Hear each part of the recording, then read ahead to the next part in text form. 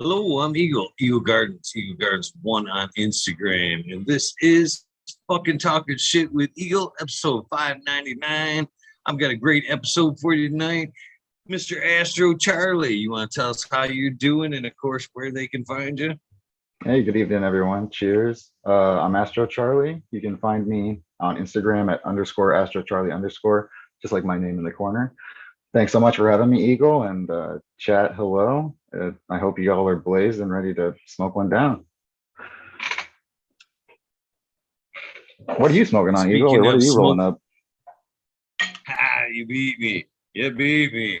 I'm smoking a little bit of this OG Mac from Med Grower 1. I got it as a tester and grew out. I'm also smoking Med Grower 1. I picked up the Sticky Runts limited drop at Croptober, and I got that and popped it immediately. I don't really have a big nug on me, but yeah, Sticky Runts. Smaller bud, super frosty. Yeah, oh yeah, it's very sativa racy high right now. I've grown out almost all of Med Grower stuff, and I have never been disappointed by anything I've got from Old Med. Oh no, definitely not. This thing definitely packs a punch for sure. It's what is it? Runts and the Garlic Punch Male, which is just a great cross either way. Yep. I'm also smoking on some double dose from Rossa Jeff, Irie Genetics. Double dose or Dosido cross with the Rise, which is a real nice, creative, euphoric high. Something I smoke on every day. And then I'll usually top that off with Rainbow Kush Mints by ABC Company. That's another like real creative high that I like.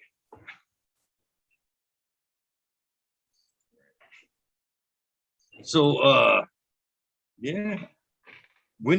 So we used to start this off right where in the beginning. So where did cannabis, when did and where did cannabis end in your life? So cannabis, I think started right when I moved to the States when I was like in my mid-teens. And it just, I think it's how a lot of people start, right? You know, smoking in somebody's basement with your friends and getting goofy and not even knowing if you're high the first time, but maybe even pretending you are, and then going through that spectrum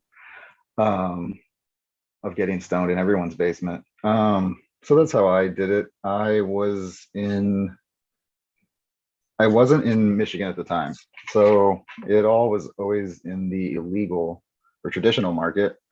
And that's one of the big reasons I moved to Michigan was I always felt like super anxious about it, which I don't associate with the plant. It can get racy, but I don't think people get anxious from the plant. I think that's other stuff that gets effective. And it was so weird considering it a crime when you're not really doing anything that is hurting anyone. So yeah, that was in Virginia, just outside of DC. And I'm very happy to see that recently it's been legalized. So shout out to all the Virginia home growers and the people growing plants out there now. Everyone come on out of the woods who has been growing. It's great to see that. My mom is actually growing her second round this year, which is really cool. Outdoors, I just got her set up with the seeds. Shout out to Kazoo Kush if you're watching. He hooked me up with some outdoor seeds last time. What was it? Puffin Smiles. I don't remember the exact cross, but it was very mango terpy. And she got one plant out of the whole thing and started the season late, but was happy with it. And I don't think, growing outdoor plants, she wasn't overwhelmed. But this year we got some more Kazoo Kush stuff going. She's got a lot of stuff pop so she can try different bunch of flavors. So yeah, shout out to Virginia and everyone out there who's growing. That's where I started smoking, Virginia.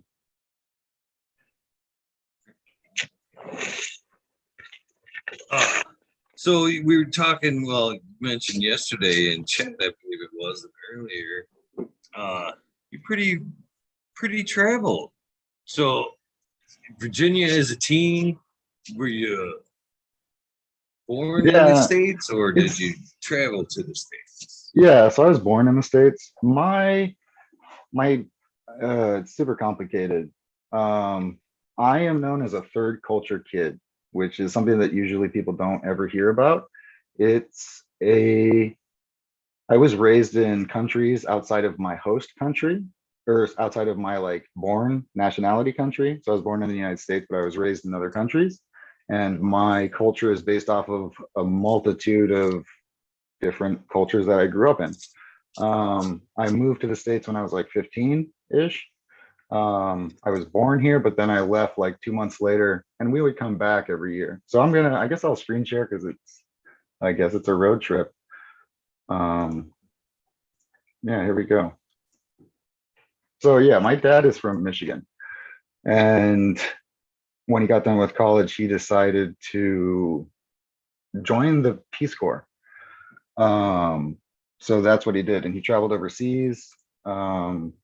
Basically right away and worked overseas for 40 years and retired, later working for USAID, the United States for International Development. So I'm not a military person. I'm not like part of the church, like missionary-esque. I'm just my normal people. My dad was just trying to help impoverished countries, developing nations. So I grew up, originally I moved into Pakistan and I lived in Pakistan for a little bit. And then, sorry, first I was in Sudan, and then I was in Pakistan in Khartoum. I lived in Khartoum, and then I lived in Pakistan in Islamabad. It's loading. It's kind of slow right now. Yeah, I lived in Islamabad, Pakistan, right up here. And then those were kind of short stints. This is around the Desert Storm, Desert Shield era. So kind of like 2-ish, 3-ish years, 1 year section. And then I moved from Sudan to Pakistan to Malawi. You were talking about Malawi gold yesterday. You guys were talking about it on the Weed Nerd World. And I say it's South Central, but I guess it's more on the eastern side. And I grew up in Lilongwe, which is the capital of Malawi. I lived there for 6 years. It's one of like the main countries I feel I'm associated with, or I do feel like I grew up there because I was there from, I don't know, 4 to 10, something around that, I'd say. I lived there for 6 years. Beautiful country. It's, as you can see, it's pretty temperate. So it's not like super hot. It's perfect year round. Yeah, it's a beautiful country too. So I really like Malawi, and then I moved from Malawi to Bolivia. And I lived in Bolivia for 6 years in La Paz, which is the highest capital in the world. It's, I want to say it's like 2 miles up. I think Colorado is known as the Mile High City. La Paz is 2 miles up. It's double that. It's the longest airport in the world because the air friction isn't there. So it takes planes a lot slower to land. And when you get off the plane, they have oxygen tanks because people will faint. It takes about 10 months to acclimate to the environment. And here's a fun one just to lighten it up is there's a big lake called Titicaca, which is the highest navigable lake in the world. So that's pretty cool. And I really like Bolivia. I lived there for 6 years till I was like, 10 to 16. And then I moved to Washington, D.C., or Virginia. DC is like the DMV, the District, Maryland, of Virginia. Northern Virginia is just kind of its own little monster of stuff compared. And now I'm here in Michigan, which is amazing. And I freaking love it here. Yeah, and I'm in the Southwest region. Everyone's around here. Hit me up anytime. I'd love to hang out. So that's it's a long trip. It's kind of complicated, but I figured if I was gonna like tell it, I'd tell it all. That's a lot of fucking travel, man, all in your younger years. So do you feel as, you all that travel in your younger years, do you feel you got all out of it, you could have? if you would have waited Yeah, a little bit longer? it's a blessing and a curse. It's kind of how I've always said it. I think moving around, I don't have a home per se, like I'm a nomad. Um, but I have, with my own eyes, I have a lot of cultural education. Um, Things that I've witnessed, I don't have to read in a book per se. And like I've been there, I've seen it, I've experienced, I've smelled it.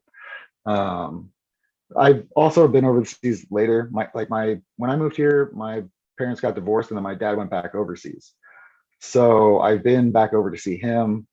He spent a lot of time in Asia, Southeast Asia. So he's remarried to a wonderful Cambodian woman. And so I've spent time. I've been to Japan. I've been everywhere except for Australia and Antarctica. Just travel wise, I've those are the places I've lived, but I have like been around a lot as well. And it's real fortunate, like because of my dad's job and stuff like that. It was just an opportunity. I don't like flying though. I'm done flying. I don't want to like get on planes. My statistics, I grew up on planes. And to get from Virginia to, because we would come back, I have family in Virginia and I have family in Michigan. And the government, if you're a family and you work in like USA, they'll send you back home once a year. It's called R&R, like rest and recuperation. So they'll send your family back during the summer, usually when school's out, and you can go visit your family, and then they'll ship you back and they'll pay the air costs. Um, and but to get to Malawi, it's like 4 flights, 4 different planes, and it's 30, like it just takes a long time. Statistically, I don't want to fly anymore. I'm just tired of it. So I'll drive anywhere, but I don't want to get on a freaking plane anymore. What about I you? can Like, see that. have you been I can overseas? honestly see that. No, no, I haven't. It would be awesome, but not yet. So pretty well traveled and cultured. Is the downside of that is possibly, I'm guessing, grew up a little bit too fast. Didn't Yeah. necessarily get to enjoy the childhood like you would normally would. There's also the fact that I've always known that I don't have a stationary home. So it's not like that's my best friend that I've known for 20 years. Now this is an insane thing, is I've had one group of family that I have known since I lived in Malawi. And his family, I want to say his dad's like from Denmark and his mother's from Malawi. And they live there. They're not from the government. That was their thing. And he moved a year before I left Malawi. And then I moved to La Paz, Bolivia, and I was playing on the soccer field and I looked over to the left and he was there at my school. Like this dude that I grew up with in Malawi, Lilongwe, Malawi, out of any place. Shout out Mark Mickelson. I love you, brother. He's doing really good things. He was working for John Hopkins. He works with the brains. He's a really intelligent guy, and really creative as well. He's a writer. Um, so that's super strange. Um, and then he later moved to Baltimore. So it's super crazy. It's small world. But I don't have like a home base. I don't have friends that I've known forever. It's hard to keep up with people. The other downside is because I was in developing countries, or however the proper term to say it is now, is I've been evacuated and I've just seen poverty and crime at an obscene level, an unnecessary level. And that's what I guess you're saying is like growing up too fast. So yeah, but I that's why it's also a blessing, and you got to count your blessings. And there are good people and bad people in every race and religion and country. Like, but there are amazing people everywhere. Cheers. Yeah, cheers. I'll let you take your rip. So, do you have a favorite region that stands out as one of the special places you visited? I'd say Malawi and Bolivia. Like those are the two places. They hold different special places, but yeah, those are the two.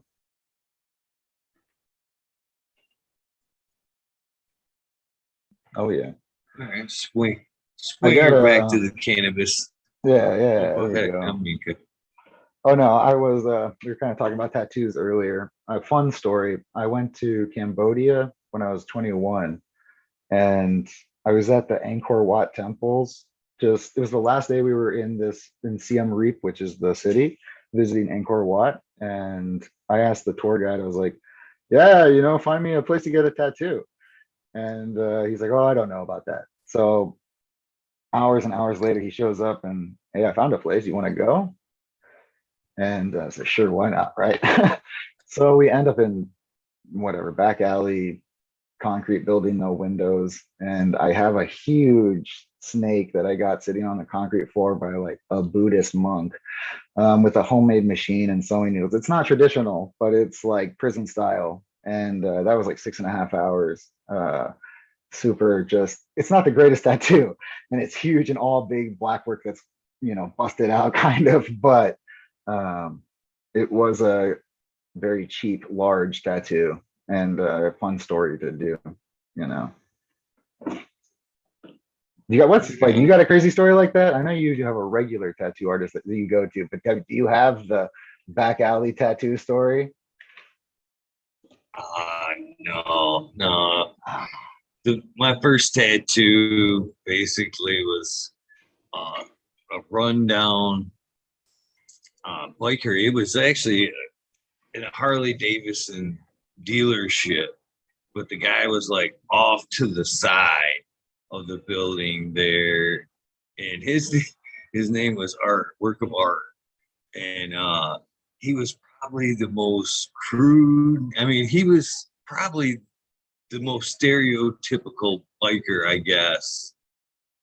You know what I mean? Woman come in and he was just vulgar and yeah. And which would be that one right there. The Buster Bunny with the Tommy gun would be the first That's one there. that's not good. The first one I got when I was underage, and I tried to hide it from my parents. So I'm not going to show it on camera right now. But it was done in the back of a nail salon by a guy named Tin. I guess you just showed your tattoo, so I'll show that big snake I was talking about. Let me put this camera down a little bit, just a hair. This is this big snake I'm talking about. Um, it wraps all the way around, tails over here. And it's a seven-headed snake called a naga, which is the protection of the dead, and it's a good luck charm. Um, yeah. And the other thing I noticed when I met you for the first time, so the first time I met Eagle was at Luzerne, Bigfoot Lodge, which I want to talk to you about later because I wanted to know what's going down with that. But the first thing I noticed is you have your feet tattooed, which is something that I also have. I have all my toes done. I don't know if you noticed as well. And how was that for you? That was not bad, to be honest with That's you. kind of how I felt too. The power of cannabis, and that's a good tattoo guy. They were actually done by different people. And then the one guy kind of went back and fixed the other. It had been a little bit of time and it faded a little bit. But a good tattoo artist will carry on a conversation, I think, with you and kind of keep Bedside your manner. mind out of the pain. And but again, the first one, both. I both, to be honest with you, because my daughter Lexi was with me on the second foot, and I was visibly faded. You could tell from my speech, and I was slow, but man, took a good hunk of RSO both feet, which I believe helps with that pain time kind of. But I also believe it really speeds up the heal too, as I've never tried well, that. giving it a jump start. I've never tried like yeah, RSO or FICA or any high kind of concentrate. I'd have to try that next time. I want to start on my sleeve soon in the next like 2 years. I think I'm gonna go all flowers, like very vibrant, floral, some abstract stuff, but I don't I'm gonna put any meaning behind too much of it. Just pretty things. What is the most painful spot you have then? I'm interested. Or can you say on, you know? Yeah, yeah. Probably well was the sternum, but Yeah. probably because well, it's a big piece. I don't know if you've ever seen it. Oh Come yeah, I've on seen my it. show. Yeah, go for it if you want. Uh, You don't have to, but yeah, that piece there that's an uh, awesome thing. was Like done in classic. 2 weeks. 2 weeks. How many sessions? So Two? we went in the first day and laid the black and a lot of the darks. I went in 3 days later and we pounded in a lot of the rest of it. And then on the 2 weeks, we went in and put in the whites and browns and did his head and then that orange piece right there. But by that third sitting in 2 weeks, it was so raw. I didn't tap, but I was probably the closest I've ever been to You didn't tapping. take breaks? You didn't Uh, take breaks like often? Because I've seen a lot of people do that. Yeah, props to you. I don't have my chest done, and but I've seen a lot of them done. I used to tattoo. I didn't do it for very long. I basically like, apprenticed and then I was around for a while. But I've been in the shop long enough. Yeah, like I was doing it daily. I was there 40, 60 hours a week. Um, yeah. Do you have your knee done?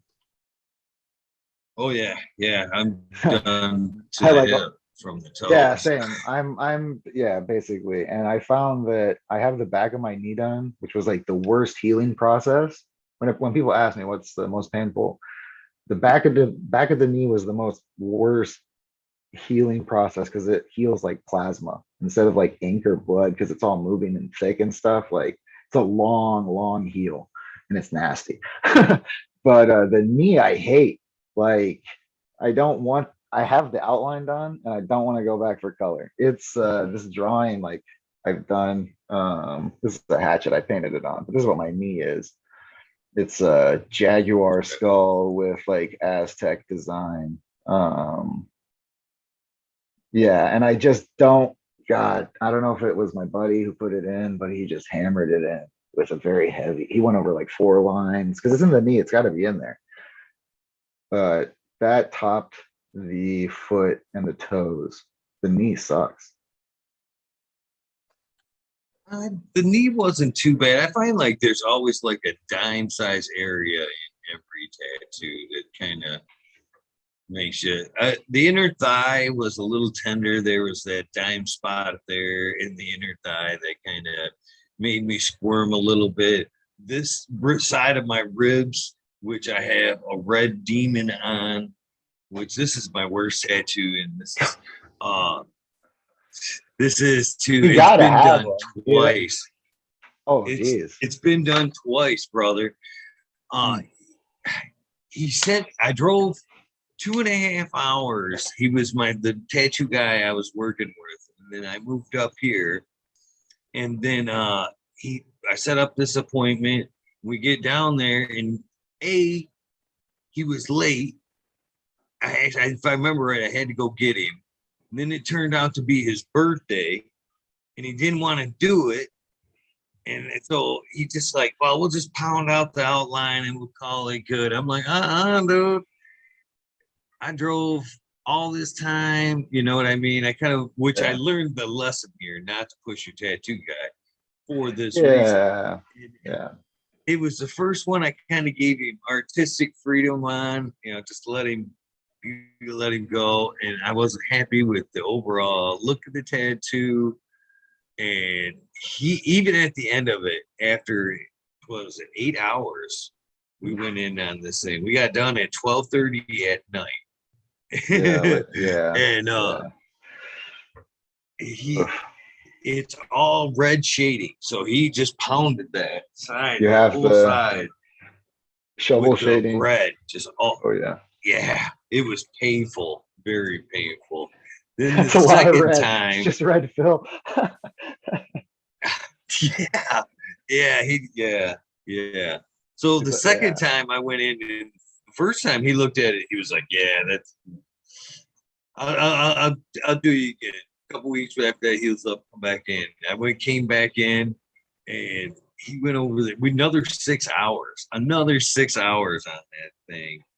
And midway through, this is another lesson I learned with tattoos. Midway through, he's like, and again, that same shit. I had to wait for him. I had to go get him.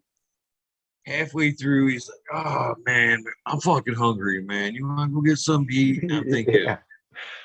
I'll fucking go get you a burger, whatever. Yeah. And he's like, "Nah, man, let's go. There's a fucking sit down restaurant a couple blocks down. Let's go sit down."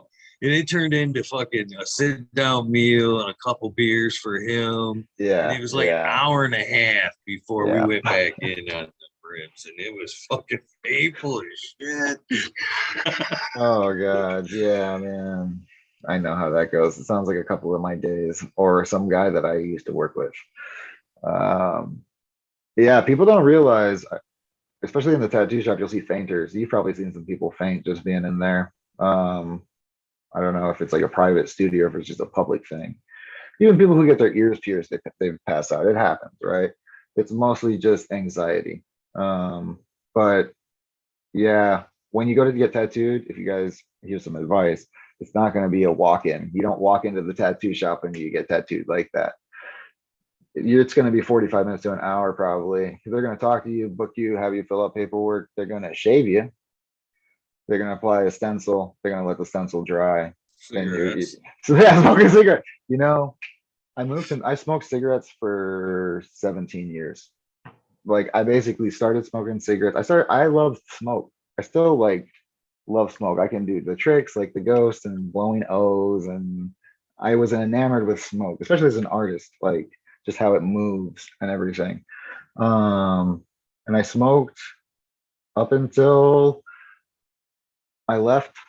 Like I moved to Michigan 2 years ago, and I quit smoking, and then I went to vape, and went to nicotine, then to no nicotine, and then I don't smoke. I haven't smoked in like a year and a half. So if you're out there trying to quit, move, change your whole environment, and that is really will help. That's what helped me after 15 years. You know, full environment change. Yeah. So yeah, everyone at the shop smokes cigarettes. Back to the story. So it's a long time before you get tattooed. Are you ever gonna do your head? I promised I would stop at the neck. Yeah, yeah. I You know didn't what? say I promised my mom I didn't I say promised my mom that. I told her like I was going. She's very supportive. Shout out to my mom. I don't think she's watching, but she's always been supportive. And her rule or her like thing to me was just don't go above the neckline. So I don't have one, but I was at one point gonna have something behind the ear, like something you just couldn't see, like things like that. But yeah, I don't think I'll ever go above the collar line.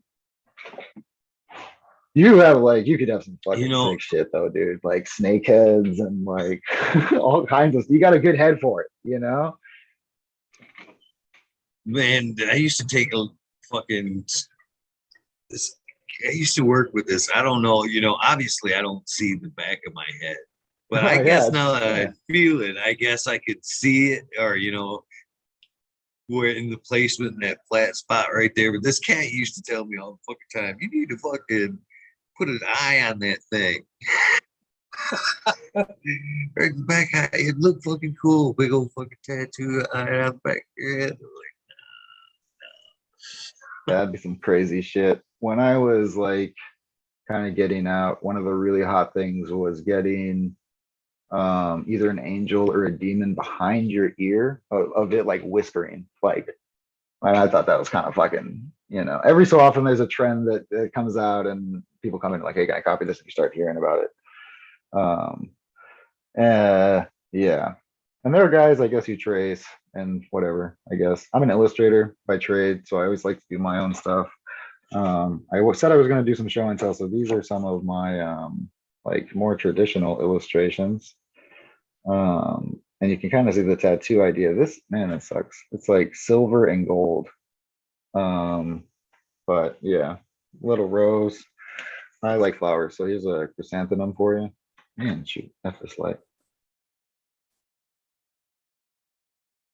I sell these sketch cards at events and stuff. If you see me in person and you want to buy my traditional art, I sell stuff like this for I don't know, 25, 30 bucks, and they're all hand done. This is I like charas, you know, so this is the whole praying hands with charas. And then I have a gold black or gold foil like weed pattern in the back. Yeah, so it's like some of my illustration work. Of course, you can go to my Instagram and check out logos and branding and all kinds of stuff I do completed, but I still do everything, even though you'll see all my digital work, people will ask me if I do traditional work, and everything I do is still drawn by hand. I start by hand. This is a watercolor and graphite, so it's just pencil and watercolor. Yeah, fun stuff. Pretty awesome. It's good stuff. I'd like to do that. I guess. Well, I didn't mean to interrupt you. No, I was just going to ask, how do you think, how much does cannabis influence the art? Obviously, you're an artistic 100%. Guy anyway, but do you think it enhances the art at all, or makes you more creative? Yeah, I do believe that. I also believe, like, man, art and being an artist is a complicated thing. So before I get to cannabis, I will say that I'm an insomniac. So I treat my, like, that's my biggest thing. I've been an insomniac because I really don't sleep at all. Clinically diagnosed, and the big RSO has helped a lot. The other thing is, so my creative time is like 3 a.m. in this weird haze where everyone is, the world is asleep and I'm awake, and I'm in a cannabis infused like state.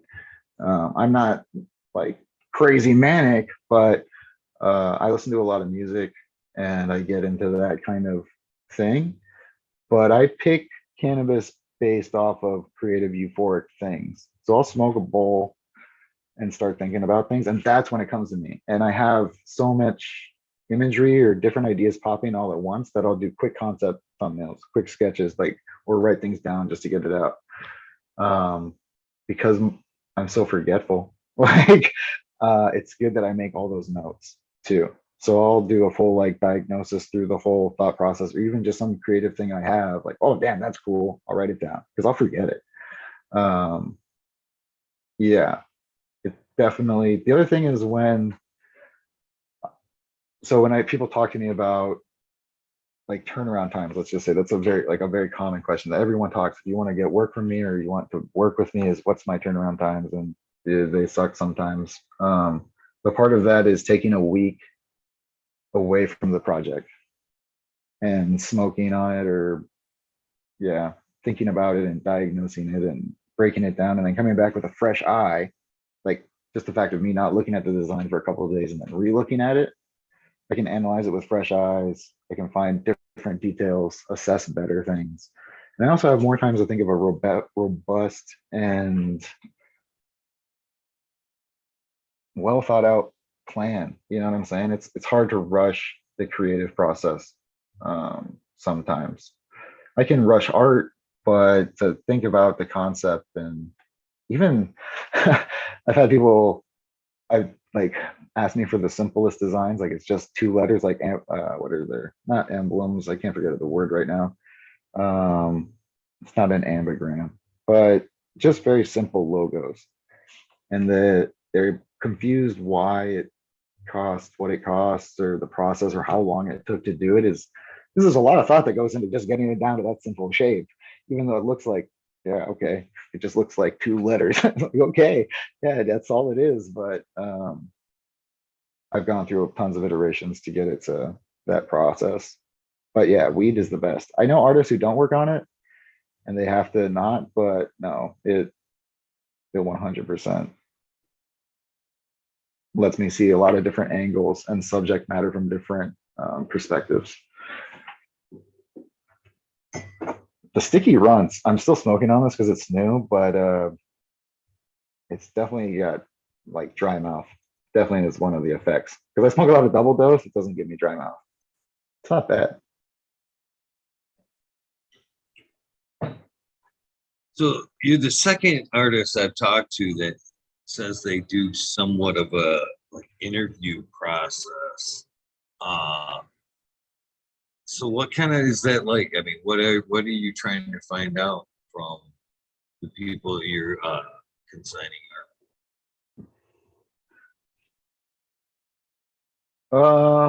I do have kind of a list. art? I'm there. Okay, so there's a lot of artists. The guy who you told your artist like go do what you want, be free, and that's great. I do like that. However, sometimes I don't know. Let's just say I have here's a good ballpark range. I have over 15 clients right now on my list. I don't have time per se to or I can't give you the best well thought out idea of what you want. I can't read people's minds. You know what I'm saying? So if you can tell me the best thing that you want, it's going to help me deliver that. I, because I'm like an illustrator, everything is done custom. I'm happy to work at whatever angle or crazy advanced thing that you want. We can do it. Your imagination is the limit. But give me some kind of guidance, because if you say, hey, do it this, and then I spend 4 hours drawing 3 concepts or just 2 concepts, because there's thumbnails before that and then there's a whole thought process above that. It's just like a lot of time. And then I get to this point and you're like, no, I don't like any of that. It's like, fuck me. It's rough. It hurts sometimes. And that's what I see with other artists is it's because it's a personal thing. Like you're asking me to do my free thought and I think that this is good. And that can suck, you know, here's okay. Rolling it all the way back to I watched Chad Westport and you guys the other night. I thought that was a really good conversation, really great one. And some aspect that I can add to this from my perspective is professionally is artist critique. I went to college for art. And fortunately, in your first intro year, they teach you how to critique somebody because you have a bunch of young developing minds, and artists in general are empathetic and emotional or whatever. They're just on a different kind of, there's a wide spectrum of people. And it's rough. If you don't know how to talk to somebody, you can really offend them in a critique. I get critiques all day because I work later through a revision process of, okay, what do you think of this? And after you've told me what you like, let me try and deliver the best thing that I can. And then let's like, what don't you like? What do you want to add? And let's get that added and changed so we can move to a technical level where I don't have to do that many changes. But talking to people critique wise is good. And I think that people should take time to develop a deep thought. But to be blunt about it, it's a shit sandwich. You take a good compliment and a shitty compliment and then a nice compliment and you sandwich it. And it should be thought out. Like you shouldn't fake it. If you're critiquing my work, like here's a dab mat that I did with my logo. And you could say, hey, I love the logo. I don't like the cork, but I love that it's hand signed, right? Whatever, a sandwich of crap. And it doesn't have the other way of like saying is don't say I don't like this, but more of have you considered, or I don't know. But so there's 2 things that I've noticed once you learn all that is that people, when you're a good artist, no one says anything about your art. And like if you're like a mid-range, people will say like a lot of stuff about your art, but they won't critique it. They won't tell you the bad things per se, because they're trying to like uplift the spirit or whatever. Tell them the truth, or they're not going to improve. Like critique somebody, and I agree 100. The best friends in my life, we argue and I talk shit to them. If you got something in your teeth, I'm going to tell you about it because you got something in your fucking teeth. and I'm not trying to be like mean to people, but I also think like if someone's watching somebody go out of line and wander down a path, like, hey, you're my homie, dude. Come on. Like, what the fuck are you doing? But you can still do that whole process critically and friendly and all that stuff. It just, you need to reaffirm with compliments. Yeah. Like at the core of it, you just need to like reaffirm that, look, there's this one thing, but we're still like, our relationship is more important to the bigger picture, in a personal relation. So especially when you're critiquing an artist, don't come in and shit on them. When you're working with an artist or your friend, anyone, you want them to feel positive about the relationship and put in the best effort that they can to be generous and even give more than that. And so if they're feeling bad about it or you're being rude per se, then there's a higher chance that you're not going to get what you expect already, which is going to piss you off more, to that, you know. I hope that kind of made some sense. It did. It actually kind of hit home. It's Way, to be honest. I don't advise anyone to go down the art path. It's hard. I put myself out there all the time, and I last year, like, I'll be honest, I've dropped the ball tons last year specifically. Just dropped the ball, man. And to the point where this past winter, it's like, dude, I wanted to just quit, like, and go back to working in some factory because I'm full freelance. I work from home and like I bust my ass, but it's hard. And I see other artists who deal with it. And I always try to reach out. But if you come up to me and you're like, hey, do you think I should pursue this? I'll always tell you no, because it's rough. But like other artists, like if you're interested in art, no one's gonna stop you. Like you're just gonna do it. If you love like just people, like if you love weed, you're probably gonna keep growing it, you know, wherever you are, and consuming it wherever you are. I'm one of those people that believe you should be chasing with love anywhere. You know, life's too short to be trapped into something that you're miserable. You know, a good portion of your day, your night, your week, your month, whatever. You know, I would rather get by and do what I love than be rich and do what I hate. If that makes any sense to you.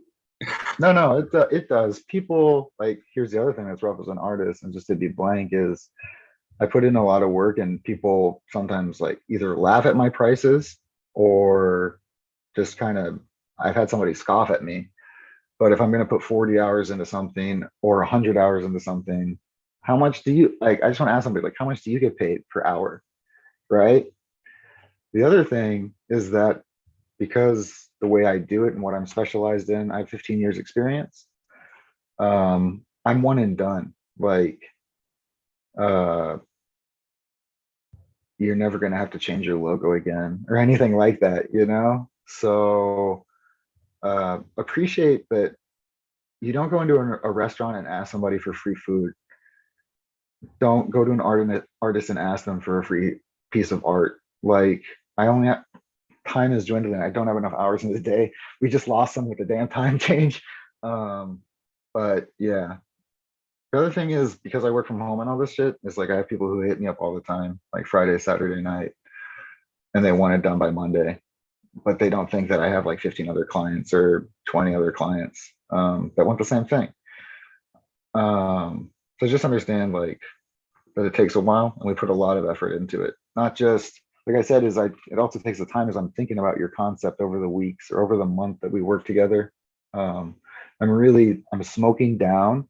And I've got a big list, and I think about it. Like the list haunts me of names. Yeah.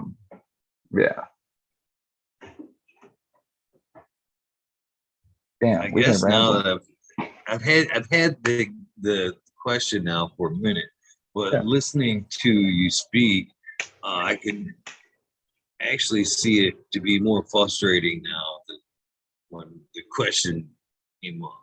So basically the original question was, I heard you at one point say you get an idea, you kind of write it down, you got time to get back to it.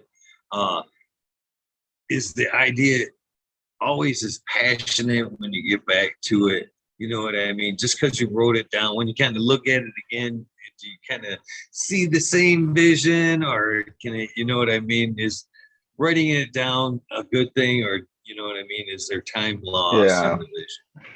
not. I think they call it a magnum Carter, I don't know, your magnum opus. I think that's what they call an artist's any form of art, like their great work of art in their life that they complete. And if you talk about like Sistine Chapels and shit, those took years to paint. So don't go to a tattoo artist and ask them to do like the David tattoo on your arm, the like touching atom fingers. Don't tell them to do that in that thing. It took years to paint that. Sorry. Can you say what your question was one more time? If there was any kind of loss in the vision from the time you wrote it down Yeah. to the next time you got it back. The worst ones are when you miss the mark. And it's hard. I can't hit everything 100% of the time. And those are the ones that suck. Like, and personally, like, for me, I put quality above everything with my name. I don't want to put crap out there. That's not what, like, my legacy that I want to leave. I don't anything. I care about high quality stuff. So, yes, the list helped tons. And sometimes I will definitely go back and reassess. Sometimes the worst thing is when we're late stage and it's just not coming together. Like revisions are coming and it's just like not changing right and all this stuff. But I also limit revisions generally with clients. I've never charged anyone recently in the past. Yeah. Since I've started in the past 2 years doing it like hardcore, I haven't charged anyone for revisions. I'm very lenient about that because I want you to get what you want. But I say 2 to 4. 2 major ones that take like, this is my stage. It goes rough concepts, you'll get pencil sketches. Then I go into digital inks. So I digitally ink a final, we go rough concepts, final pencils. Like you'll see a drawing that like, oh, this is what's gonna look like. Then I go to final inks. Then I color it. Then I vector, which is like turning it into a technical professional thing. When we start going into, well, I'm in digital inks of a character. I got a reference. Shout out to Madam Euphoria. But here, like, if I get it to digital inks and then she all of a sudden wanted to change the entire pose of the character, I have to go to stage 1 because I'm an illustrator, rough concept, pencils, digital inks. Like, there are people who there are public domain royalty-free stock images that you can buy and bring in as assets and do all that stuff. Everything I do is by hand. All the leaves were drawn by hand on that, all the dog, everything. There's no copyright issues, there's no anything. I am happy to do domain royalty graphic mashups and stuff like that, but every project that I have is almost like sheets of paper that you'll never see, but no one ever sees, not even the client, because there's crap all over the place. So I usually send like the best thumbnails and like the best finals, but there's 5+ drawings for everything else of shit. And then when I get to the digital level, I have folders on my computer where it's revisions plus revisions. I had to clean off my computer last night because I was running out of memory. My computer actually shut down while I was working on a project. Yeah, there's a lot more than what people think goes into it. And like I said, I try and deliver all that. But the other thing is, because I'm running my own business, is I have to do all the consultations. I have to do all the meetings. I have to do all the follow-ups, and I want to give everyone my full attention. So a proper consultation should be like 30 minutes to an hour, you know, and in depth. Like I have lots of detailed questions because I want to get somebody the best thing. Yeah, it's hard. I want to shout out like my girlfriend Natalie Bradford Art and 710 DPO and like martial artists and Kingfisher Design and Kazoo Kush and everyone out there who's like an artist. it's rough. And I feel you. And if you ever want to talk to me, like hit me up. I'm happy to just chill and vent. So another question I had kind of to creation, I guess. Um, and it seems like now that I listen to your concept of how you go through things and how many things you go on, it makes what I'm about to ask, it seems like it's more difficult to obtain. So when you start a project, do you like to like put everything aside and try to take it as close to a good rough draft or completion that first round? I just kind of feel like, and Yeah. again, it kind of relating back to the tattoos there. That's what I There's used to something in the tattoo. moment. Yeah. You know what I mean?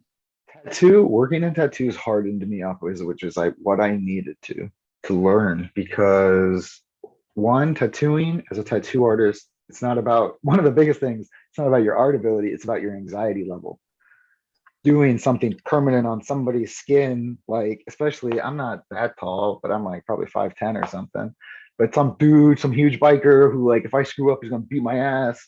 Like it's anxious. So you got to get over that. The other thing is I started as an apprentice, like I answered a lot of phones, I did a lot of bullshit work, and everyone's price shopping. Everyone's price shopping, especially for something that's permanent on your body. So I've heard a lot of the same shit, and I don't. So like sometimes I'm just hard about it. Like okay, I just don't care. Like go price shop somebody else. Don't if you're gonna price shop, don't let your artists know you're price shopping. We don't want to hear it. Like we just don't. It's one of those just don't bring it up. Like we're cool about it. We understand. I want you to get the best work at the cheapest price, but don't tell me about it. It goes back to like you want somebody that you work with to feel better. And if you're not tipping your tattoo artist, like that's a big no-no. If you're like you tip your tattoo artist, no one tips me, but that's cool. I get it. Um, yeah, there's a whole different thing. When it comes to my art, people so I price things lower than like tattoos. Like somebody wants a full sleeve, like you want a $650 piece. Like generally my logos don't cost $650. However, if I do a logo, I'm doing main imagery for your brand. You as a client, you should look at it as an investment. I could bring up a bunch of statistics, which sometimes I will talk to clients about, that shows 90% of clients want professional logos. And then these are how you get them. And they'll want this and that and this and that. I'm going to increase the value of you. And that's what I'm here to do. Like I like Japanese traditional tattooing. So you would have usually those guys decide what gets tattooed on somebody's body. Like the artist decides. And you hang out with that guy for a couple months or a year and go out to dinner with him a bunch. And then he decides, oh yeah, you're a tiger. Like you're a water lily. You're a dragon. And he tattoos your whatever, full back or shit. Um, Yeah. So I try and give everyone the full attention in that regards. Full back tattoo, man. Talk about I am that's the one area anymore, like a sleeve and stuff like that, you know. I'm wanting things again, I hate because I want it. There's again, I think there's something in the moment. The Yeah. artist, you know, sees, the It's proper also shading and gonna, I yeah, is it's it gonna harder increase to your get value. back to that moment? I Like mean, if you have to tattooing, come back, is it the same? You know what I I mean? Are you in don't, the same place? not Like, oh really. It's a shit, tactile thing, like no. holding machines like that, like the weight of a machine, and it's corded. Um, I don't know. People don't think it as much, but tattooing is very bloody. Like as a tattoo artist, like man. Um, and like I don't know. I just don't.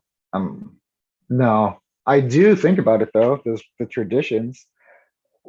Here's another thing about art that young people, artists, or I get it in a general questions, is I'm a believer that you can teach yourself art. It's not an innate talent. You don't have to be like talented. I had some talent when I was younger. And because of that, I think I had like some ego and I kind of pissed away some of the years. And I saw people who I thought were worse artists than me just bust their ass and get better than me because they were doing education. So later when I came back, or like over the years, I've always looked at it as learning, especially as an illustrator. I couldn't, I was talking to my neighbor about this, who's like an older lady. She's retired and stuff, but she's a mechanic. I'm not a mechanic. And I was like, I can't draw a carburetor. And she was laughing. She was like, you couldn't draw a carburetor? I was like, no, I don't know. Like what I could draw a spark plug, or I could draw like an engine block kind of, but I'd have to use a reference. So I'd have to pull up references, but I can draw characters and stuff because I understand anatomy. And that's the biggest thing, is like education of the items. I draw flowers because I understand what a chrysanthemum looks like. I understand what a peony looks like. I understand what cannabis looks like. I think as an artist, especially somebody who does a lot of cannabis stuff, being a grower widened the range of my ability and spectrum to use life reference and understand the plant. Because I've done plenty of like, oh, draw weed leaves and stuff, and I would have just, and if I was just a smoker and I didn't grow, I wouldn't understand the plant. That it's, I don't know, but you have like with branches, they'll like Y off, you know, like you'll come up one off and then it'll come branch off structure wise. I don't know, there's tons of things to think about. That you could have a Christmas tree weed, like a cannabis plant, if you didn't top it, or you could top it and make it a bush, right? And the different variances of strains that you can grow. That has helped a ton. Yeah, yeah, it's all studying. So here's some cool, like weird show and tell stuff like that people don't really see ever. So here's some like dragon punch that I grew. It's That's nice. yeah, it's all right. Yeah, it's good. Thank you. But I turned that into these pendants. Like I resin cast them. So it's real cannabis, like sealed in resin. I usually have them as pendants Ah, and stuff. I keep the provenance, like if I didn't grow it, I keep the strain or I get it from other growers. I also will make like funky ones. So this is a gold sealed, like sparkle one with gems.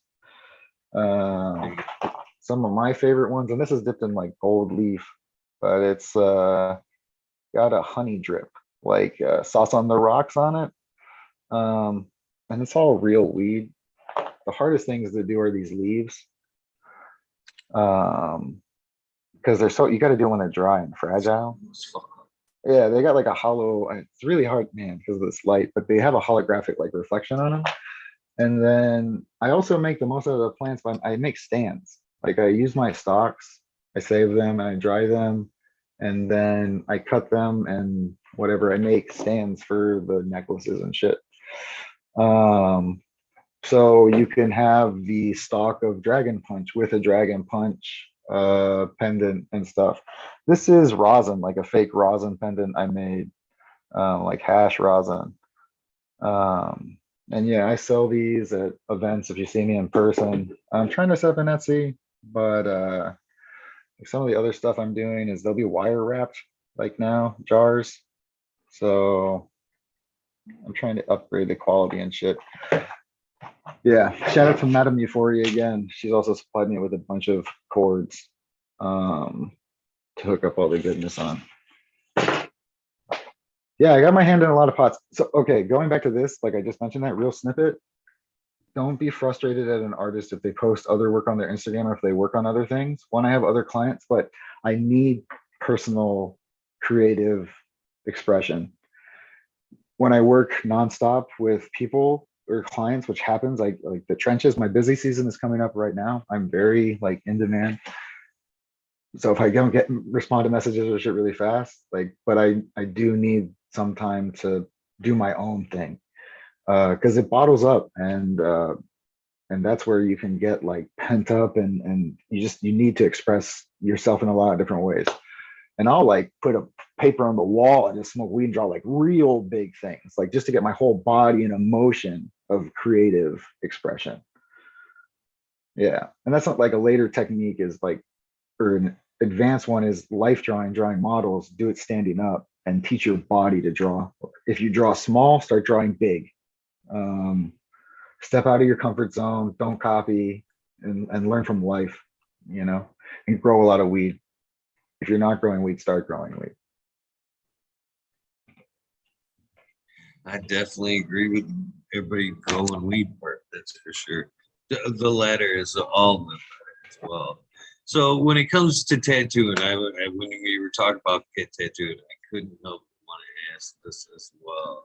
Coil machine or direct drive? Which do you prefer? Like loyal to the coil, right? Um, I don't really have too much experience on a pen. I will totally. I was interested in rotary for a lot of color work and certain aspects of it. I think there's both to it. And I don't know if you know this, but the rotary came first. Really? Yeah, the electric pen was the first like rotary. Rotary was before the coil. Yeah. Um, so when people are like, "Oh yeah, fucking coil and shit," it's that's always like one of the comebacks. But I think they both have a purpose. I'm one of those guys. I did grow up like, or the person who was teaching me was traditional artist, so I was hammered in like in that style, and I had the harsh treatment of like, yeah, we're gonna fuck with you, um, and all stuff. But yeah, like coils hammer, man. And so liners all day, like, well, I'll pack it in, right? That's what sucked about my knee is I know the machine that he used was a hammer, and I know the needle size and everything, and it just it's like a nail gun, Why? right? I guess if chat doesn't Oh, know what we're talking about, is we're talking about there are two types of main tattoo machines. One is um, electromagnetic coils that pull a armature bar down. It actually, like when you're turning it on, it moves from positive to negative super fast and pulls a bar down. So it's an actual like real thing going.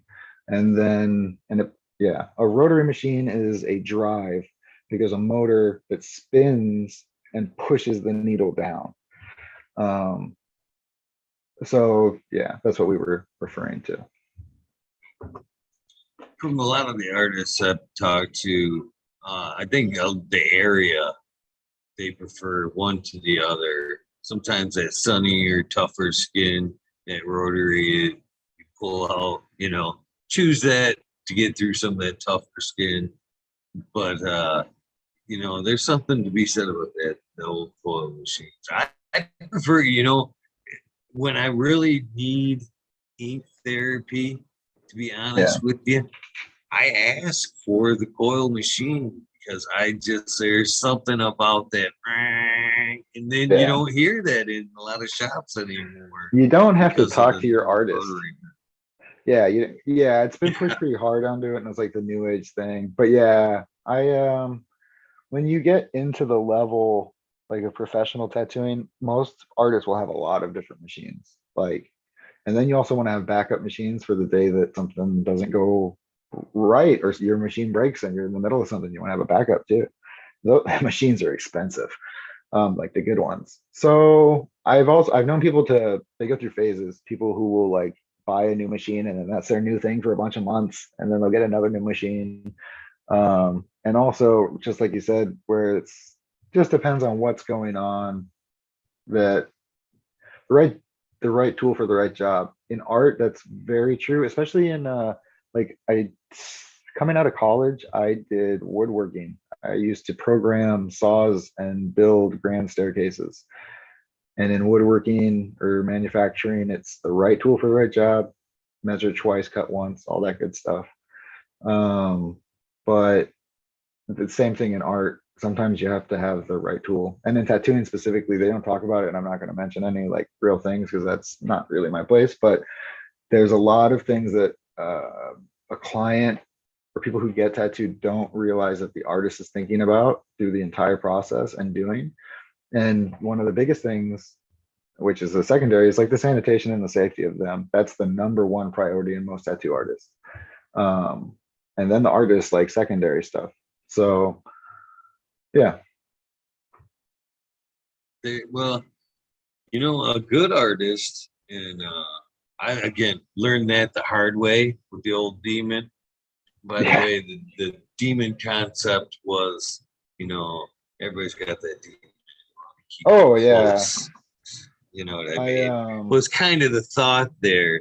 But the funny thing about this is, and again, a good artist will take your piece into consideration and your body into consideration and your skin movement into consideration. This demon, because of where it's placed and how it's placed, as I raise and lower my arm, makes so many different facial expressions. A lot of times I'm fucking, if I'm like really high and I jump in the shower and get out, there's a lot of times I'll get out of the shower and I'll be like, happy demon, bad demon, sad demon. You know what I mean? I have because there's so much travel.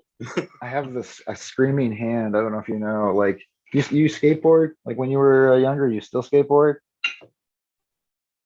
No, I rode freestyle. I'm more freestyle. Yeah, that's how it goes. Man, I'm gonna stand up and try and show this. It's fucking hard, but it's I have a screaming hand on the back of my knee, and so like I can make it walk and talk like when I do shit, because it's got a mouth on it. Yeah, it's a fucking weird one. At this point, because I was gonna be a lifer and just be really tatted up, and that's what I was gonna do professionally for a long time. My shop that I used to do it out is all closed. Like all the artists left, and I don't know what happened. Unfortunately, if anyone those guys are listening, I hope you're well. But I don't have too much meaning behind the stuff I want. Like I told you on my sleeve, like I just want it to look cool. I want it to be like really fucking awesome and a work of art. I want people to walk by and be like, holy shit, you know what I'm saying? And not just because it's like, oh damn, it's a lot of ink, but like, oh, you know what I'm talking. You go to the conventions and stuff? No. You got to go to a convention. Well tatted. I need to, yeah. It's like I've had some of my best tattoos done at a convention. And in my opinion, the first thing in getting a tattoo is research an artist. I know that I know that you've got a really good artist that you work with regularly, but a good way to start is look up a convention because it's a mass conglomerate of a bunch of people, and a lot of them are very talented. So do research before you go to the event. Find the person you want to work for. Get there early the first day and beeline it to them. And pick up 3 or 4, like 4 artists, because some of them might be booked and things will happen. So like go to your number 1 choice and then 2 and 3 and see what their prices are and what they're doing, and then pull the trigger, man. Get tattooed at the convention. It's a hell of a fun time. And the artists there are trying to do their best work, right? They're there under pressure. You might pay maybe a little bit higher prices because it's like, event tax, but there's also really cool shows and stuff. There's always, and the grooviest of people. That's an awesome trade, man. I think that's a pretty damn cool that you have that in your repertoire, basically, because that's a travel. As long as you've got a portfolio, you can take that skill anywhere you want in the world and find some work, especially these days as hot as tattoos are. So, and that kind of brings me to my next question, and I think I already know the answer. Which would you prefer? I mean, right now you had to deal with a lot of people, but you get to work at your own pace by yourself. But the tattooing's pretty hot, man. Tattoo guys are making some bank right now, $100-$200 an hour. Yeah, that's the only downside, is that people don't take what I do as seriously. And like I said, if you come to me, you know how much tattoos cost, right? How are you wearing a brand new car or a used car? Or how many used cars are you wearing, right? You're wearing thousands of dollars of ink. I am. I'm always friendly with people, and super cool art throughout the ages, through history, period, is a luxury item. And that's just how it is. So if you can't afford it, that's fine. Like, pay your bills first. Like, I gotta eat, and that's the other thing, is like I gotta eat. So this is my profession, this is my trade, like this is what I do.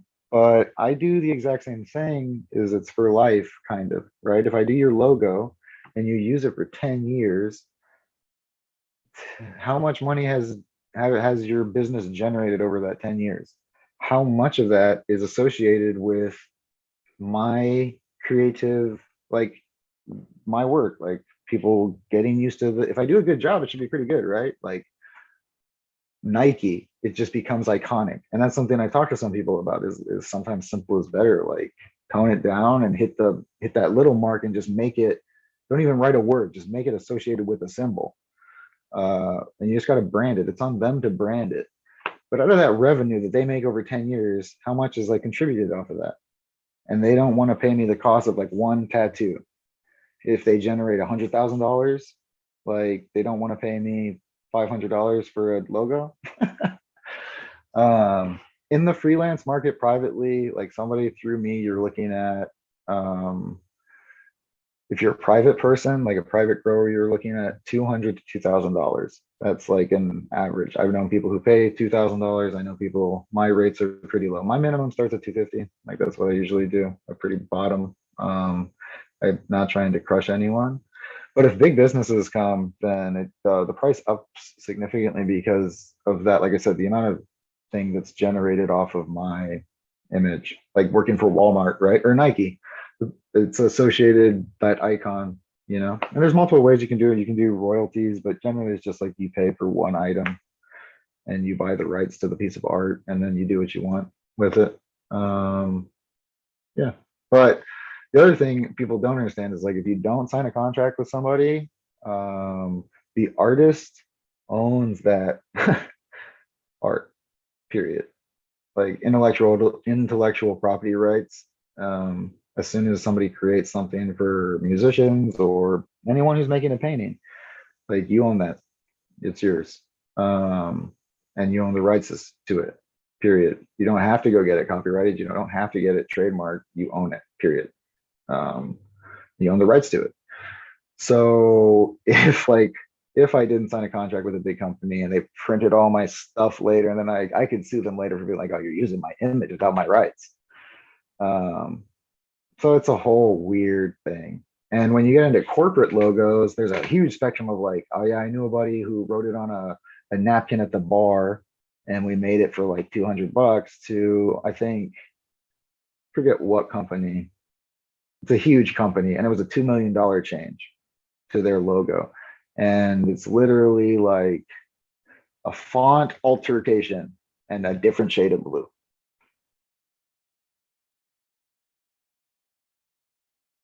But it is what it is. Find the guy, find somebody who you work with. That's always who it is.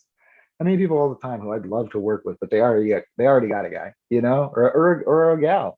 They're super. I think there should be a big shout out to a lot of the women in the industry, especially in tattooing. There's not as many women as there should be, and they get pushed out a lot, and they have to deal with a lot of crap. So shout out to all the women in life, period.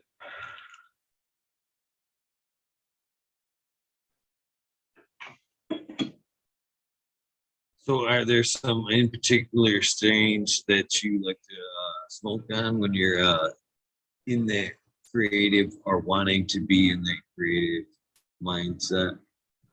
Yeah, I get up and I smoke all day. I think a lot of us do. Our tolerances are pretty high, so I stay away from indica leaning variants. I don't want to go to sleep. I can't go to sleep. I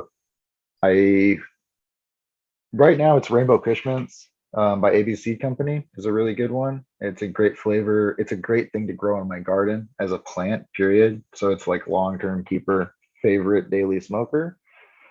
And that is, oh man, I don't want to butcher it, so I'm not gonna say exactly what it is right now, but it's delicious. And it's a super weird, funky, fermented fruit, gassy skittle, purple. I don't even know how to describe it. It's delicious. I'm not too big on gas flavors or fuel. I mean, I like it, but it's not my thing. So I have Double Dose, which is Do-Si-Do Cross with the Rise by Irie. And that is it's got the chem, but it's got the cookie. And I have GMO. Like a lot of people, and I really like my GMO cut. I got it from a really well-known hash rosin maker and processor. And it washes really well and it grows really well. And just, yeah. This is the middle ground. It's like I get my sweet cookie sugary and I get my gas fuel. And the high is great. Creative, euphoric, munchies, kind of, and also as a strain, it grows superbly well, as in you're getting the tall kind of like chem structure like GMO, like the lanky stalks, but the bud structure is great. Like it's very uniform, nice. Everything's going to be a nice nug. You're not going to get smalls. Like really, it's all just, you may not get huge ones, but everything's great. Like all around wonderful plant. And I think that can have a later flower time. Like it can run 9-ish weeks, but I found mine finishes early.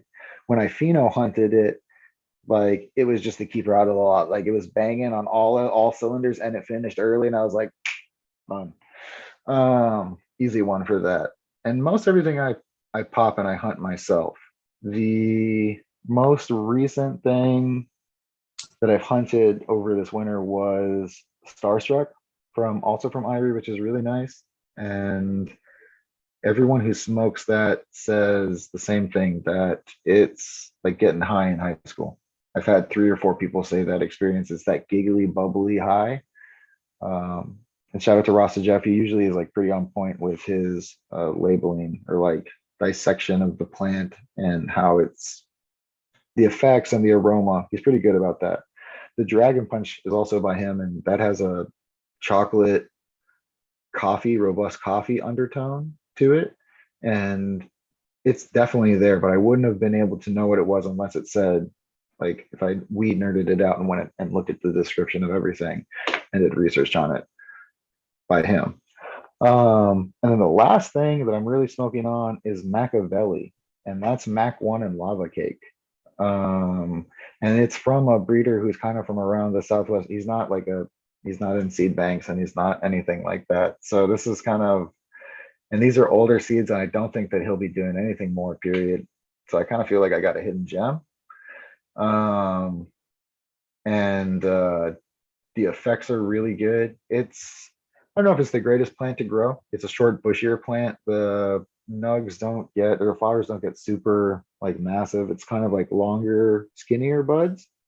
But damn, the flavor and the high is wonderful. And terpenes and flavor, and that's super important to me. So it's like, yeah, definitely blackberry, blueberry. Yeah, it's really good. Really, really good. What's your daily drivers? I like the gassier stuff, but I don't mind any of it. I prefer the gassier stuff. I like the lemons. I want the pines if I can ever get them back. Right now, I've talked about this quite a bit.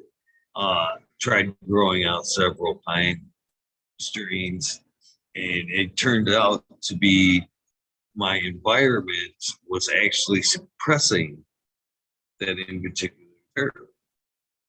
Out of no matter how many strains that I grew, Really?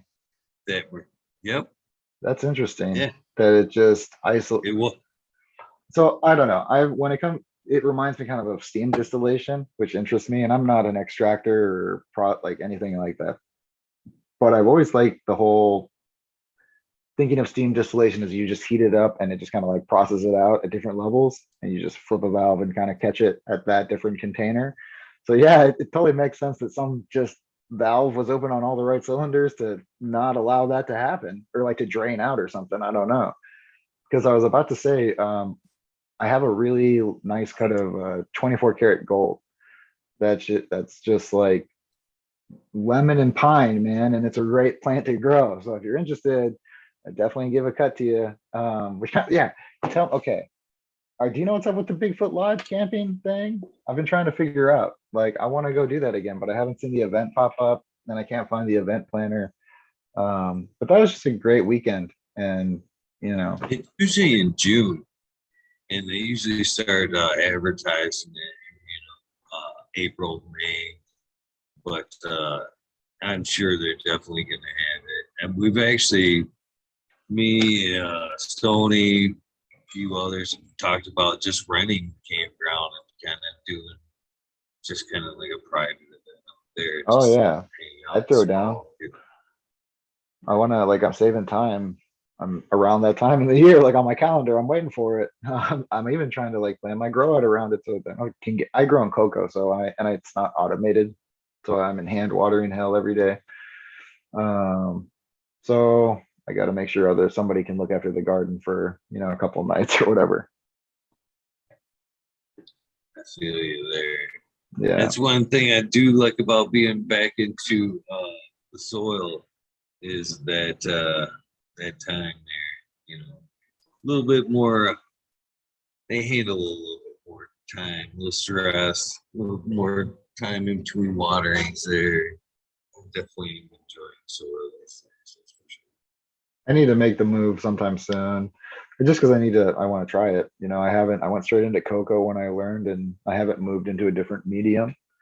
So yeah, it's something I definitely want to try and do soon. My biggest thing is just waiting to move. I need to be in like a different place. Yeah. Market's all weird, funky. No, I know everybody. There's so many people moving right now, especially in the community. It seems like there's a man. I was looking in Michigan today. For one, I can't believe how much housing prices are. I may have to rent for a minute until I find something to buy. Uh, and rent is crazy right now. Holy shit! I've never seen rent prices so just out of control. So and there's nothing in Northern Michigan. Nothing. I couldn't believe it, man. I'm like, where are the dots up here by us? I mean, up from Holton Lake, a It nice goes swath around fast there. There too. was nothing. No, it pops up and it's gone immediately at like over the asking price.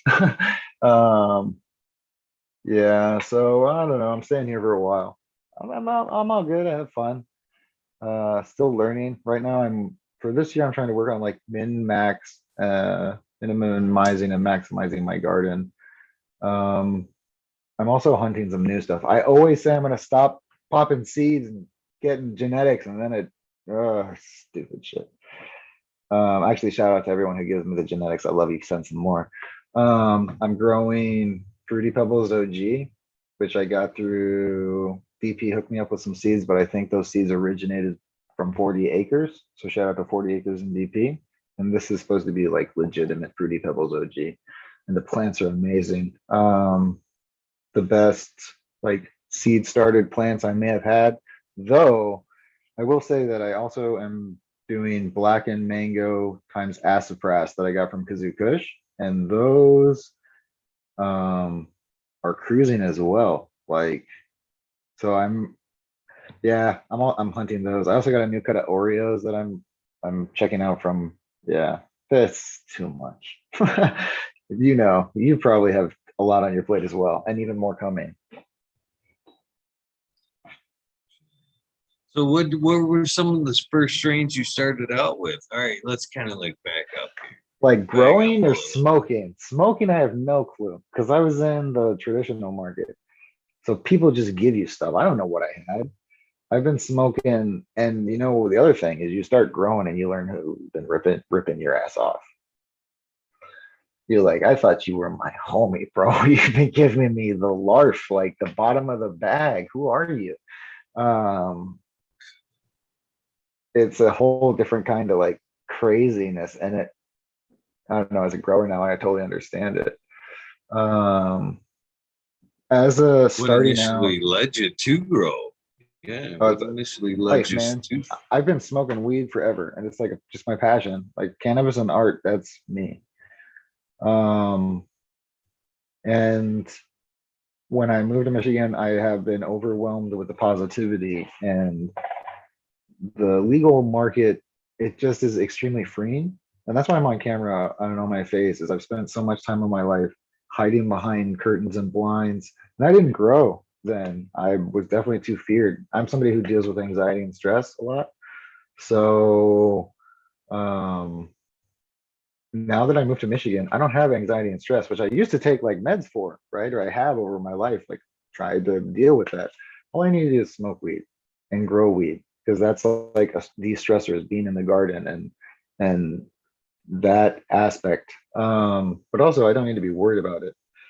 As a grower, so I started growing as soon as I could when I came here.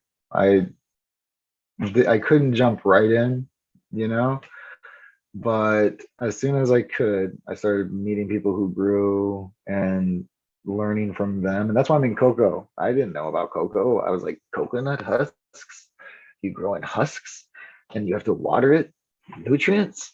Um, but everyone I knew grew that way. So they taught me, and I was fortunate to learn from somebody who had been growing for 10 years. And then a very good friend of mine, business partner, who's been growing for like 7 years now. Caregiver. Um, the caregivers have been awesome, like here in Michigan and just in general. Tattooing is, there's a lot of gatekeepers in that industry, and it's a traditional industry, as in you're kind of joining the circus when you join that trade and you don't talk about it. I may have said too much already tonight, to be honest with you, telling people about coils and rotary machines. The growing world is the complete opposite, as in people will give you free seeds. People will give you free equipment. You'll be like, man, I'm trying to buy a tent. They'll be like, yo, I got a tent. I got 2 lights. I'll bring them over today. You ready to go? People are super friendly that I found, you know. Of course, there's the general rule, because I'm coming from like traditional market. And the first rule is like, don't ever tell anyone you grow, and don't ever let like anyone come to your place and all that crap. It still applies to things, but growers love exists, especially throughout all these communities, through all the podcasts, through all the Instagram community. Growers are the best community I've ever been involved with. Artists can be shy, but a lot of us are not full ego driven, but there is an ego, and we are trying to like work ourselves up.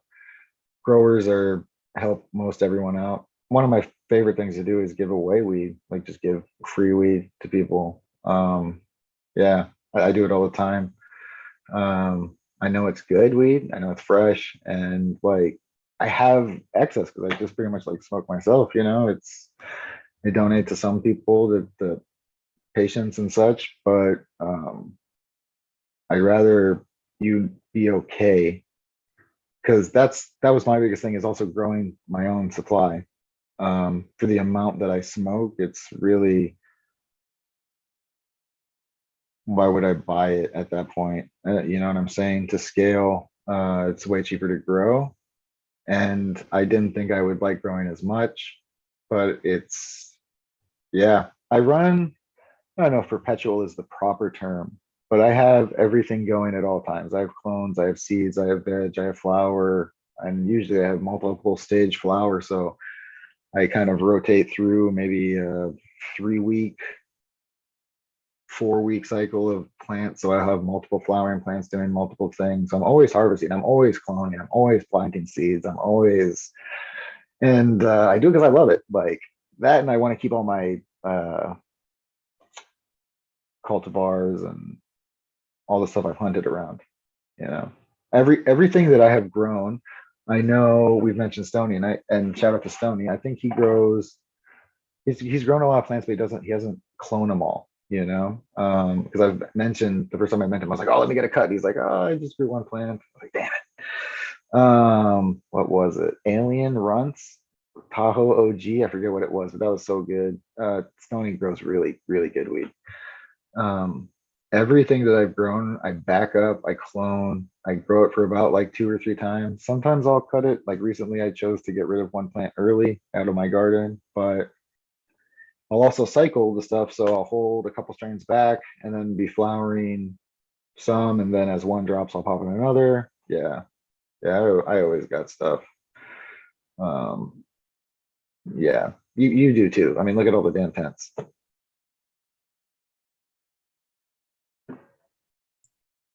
garden is winding down because I am in the phases of the move there. So I just kind of want to address something in chat. I see this a lot. It's that I can't find a good pine strain. Again, it's back to the environment. So do you actually want to hear the pine thing? Yeah, definitely. Sorry, I'm not keeping up with chat, everyone. It's just trying to give you the best show by focusing. So uh, basically, I had grown in this environment for a while now, 5 years. 3 of those years, I had fatigue floor over this, and I grew out of quite a few pine strains. Uh, I love that lemon pine.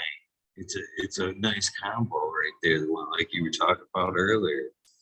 Uh, so at one point, I pulled the fatigue mat up, all the little squares, and there is a 12-inch floor drain back here, which obviously is excreting some type of like sewer gas or some type of gas in general.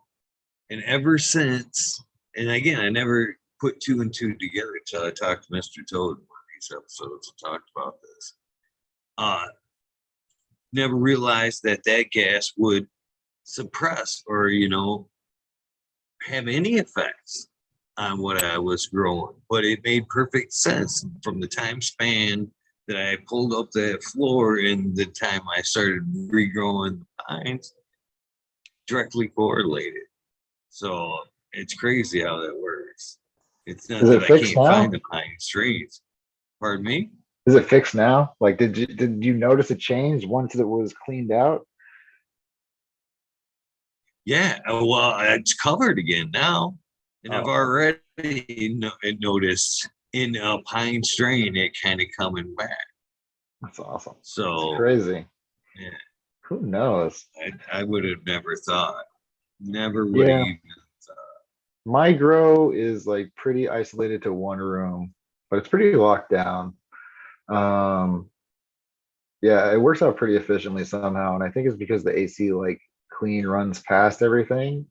I was running my temps a little bit colder, but I'm changing that up. Um, yeah. Well, sorry. So I have a question about I asked you earlier if there was any kind of cannabis that in kind of influenced or could made you more creative or artistic. Uh, but I got a same question, but about cultivation. Yeah, you find that at any point that does cultivation help with your art in any way? Is that say being in the garden is always kind of a zen calming moment. Does it kind of clear your mind and Yeah, yeah, open up 100%. open up that path, or does it Yeah. help you, when you're stuck, kind of When I'm unwind? gardening, You know, when I'm gardening, I'm not thinking about art. I didn't even think about that until you just said that. But I probably am subconsciously just shutting it off completely because I give 100% focus to a lot of things when I do it. When I'm gardening, yeah, um, I don't think about anything but the gardening task. I don't know if there's anything perpetually that I like. As dumb as it sounds, I kind of like defanning. I just like to watch I just like to spend that little time every day in the garden, just like, oh, should this be here? Should this not be here? Should I tuck that? We scrog that out a little bit. Just those couple of minutes here and there. That's the little things I like. It's not anything specific like harvesting or cloning or drying. The best thing is obviously smoking it at the very end after a nice dry. And then like the best thing is after like a proper cure, to get the full profile. But reaping what you sow is when I probably would get the most creative like aspect, is that first consumption. There are times where it has flowering when the plants are in flower when it will affect certain projects. I've done projects where people are, I've drawn what their favorite strain is, and plants and that aspect has definitely affected watching leaves, all the leaves super praying and happy. It, yeah, it definitely affected. I showed that one that has that background drawing that I have, all that affected that. That was my reference, was like all the praying hands, you know, the praying leaves all the time. Yeah, it's the little things, just, yeah. Time when you're not working, I guess. So, how has cultivation changed the way you feel about cannabis? Where a lot of people at some point, once you've used cannabis for your life, one reason or another, it definitely changes when you start cultivating. How or has it changed at all for you? Yeah, I encourage everyone to grow. I think as a person, I have to have some form of activism in my life, or I need to fight for like what I consider is wrong. There's some heavy stuff that like I have PTSD or stress or anxiety about that I can't necessarily be an activist for, but I can be an activist here in cannabis, which I really strongly believe in. And I really hate the stigma, and I don't believe people should be in prison. Like that's a huge one. Um, so I'm all down for uh, the legal market and recreational cannabis and dispensaries. And my mom was just in Vegas, and I told her about Planet 13. And a couple hours later, she sent me a picture and she was in Planet 13. So that's super cool, right? But I will tell anyone, grow your own, like plant a seed, because it's like the whole process is teaches you so many lessons, right? Like you reap what you sow, but babying a little seed and a plant, and you start to care for something, having that nurturing ability, like it's just there's a lot of positives. um, and there's a great community that can support you, and it will answer all your questions freely. There's it can be overwhelming how many information there is out there, but there's also plenty of these people at different levels, from advanced to whatever, to guide you down there.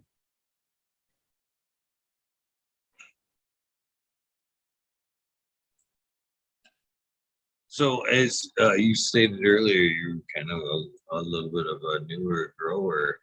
How what? How was the information? How did you perceive the information that was out there as a new grower? Uh, I talk about this a lot lately. There's a lot of great information out there, but I think there's a lot of super technical information out there that I think that kind of discourages, a little bit. Growing, it will grow. This is a pretty Yeah, hardy plant.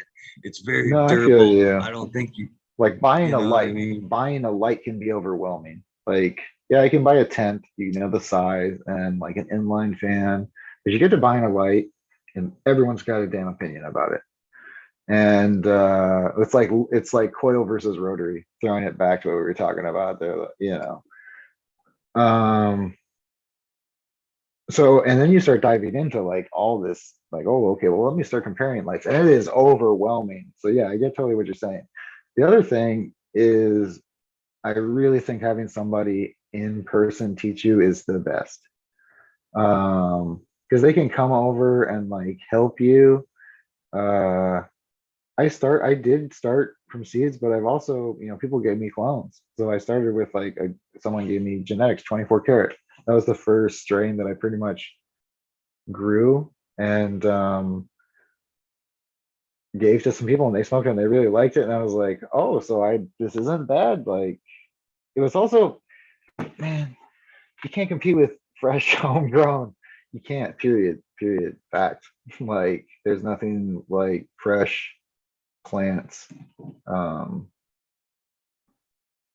I don't want to smoke anyone else's weed. I'll smoke people's, and that's, I guess, the caliber is coming from the 15 years in a traditional market, because I didn't know what trash I was smoking. And that's cool. Like, sometimes it was a hit, sometimes it was a miss, but I didn't know. And then I came here, and for a while I was like, oh, dispensaries, whoa, which are cool too. But man, the best weed I've ever had is the stuff like the Bigfoot Lodge, and it was just people giving it away. Hey man, will you try this? Will you try all 7 of these? Yes, thank you. Would you like to sit down for a little bit? Yes. And then they'll whip out 8 of more, like 13, and it's like, hey, try all these. And then somebody else shows up with 5 more strains, and 99% of it is fire. It's crazy. So yeah, that's another big push for home growers and everyone. Is it's like the freshest, it doesn't get much better. Yeah, you got to watch your conditions, and you don't want to be having like there's problems with growing.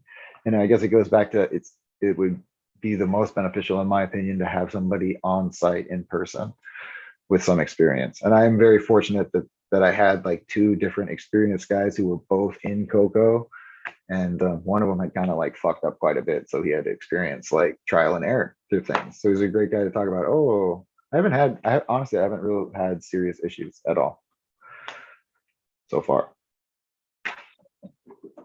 What type of cocoa are you running? Like a cocoa loco? You running straight cocoa? Yeah, I usually use straight cocoa. I don't know. That's what I like. I was using Canna, like the blocks that you should get, because I could get them through the mail, and then you rehydrate them. I would just fill them with nutrients and they go, and it's easy to go. But I like Royal Gold. Yeah, I like Royal Gold a lot. I have some stuff right now that my local shop just didn't have what I wanted, so I'm running some Perlite. But yeah, I'm also I think there's a lot of things I was doing in my garden. I'm adding more cocoa too. So I'm loading up my pots a little bit bigger more to, yeah, I'm gonna see if I can get some bigger plants. And I'm not running as much. There was a point where my tent was cramped. I'm just gonna say that. Like I wanted to grow everything.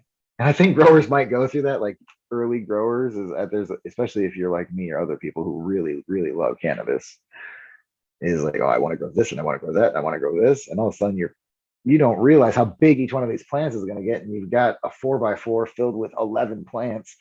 And the yield's just not going to be good on any of those plants because they're fighting for everything else, and they just can't get as much light to put out all that massive, big flower. So I've cut back a lot of that. Now I'm trying to run, I'm not at Stony. Like I know Stony and I like Stony, so I'm using him for a reference because he was on recently in a lot, but using one plant in the tent. I haven't done that yet. I'd like to, but just the way my situation and what I have is limited. So yeah. I'm trying to keep the like 3 or 4 in a tent, but in a rotational. So if I pull down something, then it'll be 3 plants for like 2 weeks. And that last week that's going to flower before I chop it will have that extra light for that last 2 weeks, the way that I rotate things. I always find myself the quads, the 4-plant system works very well. Yeah. That's what I'm on. I have an off-brand market light, which is something that when people talk about lights, I don't always mention because it's not always the proper thing, but it's a huge ass 12 bar, 40-pound Chinese LED that covers everything. So it's nice, but it's supposed to be 650 watts. I only think it's putting like 450, it is what it is. I've had it for a while. It was cheap and it's done well for what it is, but I will be upgrading at some point, like definitely. And I think it'll make a big change. Yeah. I kind of want to try HPS. Like I kind of just want to get a 1,000-watt double-ended HPS and just blast it. Oh, there's still to be said. I still run HPS, Oh yeah, 4K right behind me, and then the LEDs. Then HPS still grows some fucking nice, big old dang buds. It ain't broke, so that's why it's still there. To be honest with you. Exactly. For me, it's just the location and the heat, and then we're coming into the warmth. Like I would have tried it earlier in the winter, but right now, the way that my grow space is, heat can be an issue. So, yeah, I don't know. We'll get to that point, I guess. it's working. Like you just said, it's not broke. I got other shit I got to take care of before, like that light is working for me. It's doing a good job. And that's something I will tell like some early growers is it's okay to buy some cheap thing just to start out with. Because I've seen people invest and then tap out, or they do one grow and it's disheartening because there are obstacles that you have to deal with as a grower. But it's one of those lessons, the resilience. And that's something that I had to deal with later or earlier when I mentioned I was like, oh, as an artist, I was going to tap out recently. I know a lot of my friends, my good friends would tell me to fight. People in this community would tell you to. So that's something you got to learn as a grower. You got to fight and take your licks if your garden screws up. It's okay. Just get back up and go. You know, so there's so many damn good lessons about growing. Everyone should grow. It's cannabis, whatever, grow flowers, grow like a vegetable garden, whatever, just grow something and care about it. I totally agree. It definitely takes another turn when you hit the organic space and you do kind of get into that technical aspect of it. And man, it really it changes you as a person. You know what I mean? Deeply. And I know it sounds shitty, but you do kind of get kind of hippie-ish. You know what I mean? It opens up your heart, your soul. You kind of relate yourself to the plants and the soil. It becomes very obvious once you start down that rabbit hole. But before I kind of get get too crazy down the organics path, because that's an easy one to ramble on there. I don't want to forget it. I grew in cocoa for a very long time as well, and I hated any product that kind of came with the perlite, because after a few runs, it's not soil. You know what I mean? You're not keeping that shit around forever, and it eventually ends up somewhere. In most cases, out in the yard, and then you have perlite out in your yard. And you're like, what the fuck? So, Grow It, General Hydroponics. They have a brand called Grow It. Cocoa is the brand I used the last cocoa I ran, and they sell a fine mix, which is nice for most cocoa growers would enjoy that. But I chose to grow and they have chunks, and you can buy them in the bricks, like 10, $12 for the bricks, and they're two cubic feet, and the fine's 2.5. And you can either mix them together or either or, but it's chunky. I mean, like 3/4 inch chunks of cocoa. So it's a good replacement for perlite if you need to aerate your cocoa up a little bit. And you want to, like I said, not have that perlite in there for yard reasons or whatever reasons. I never even thought about mixing cocoa. That's like such a good idea. Which is kind of like, have you ever tried Royal Gold? No, I was just was catching my eye like right before I switched to the organics there, but I liked it, man. And used nice fibers there, somewhat chunky. I don't like that real fine cocoa, man. No, I don't either. And again, I've always been a block guy because Yeah, they're same. cheaper. You can store, you know what I mean? You can go buy a whole bunch of them, just stack them all up. I bought again. I think it was General Hydroponics at that point.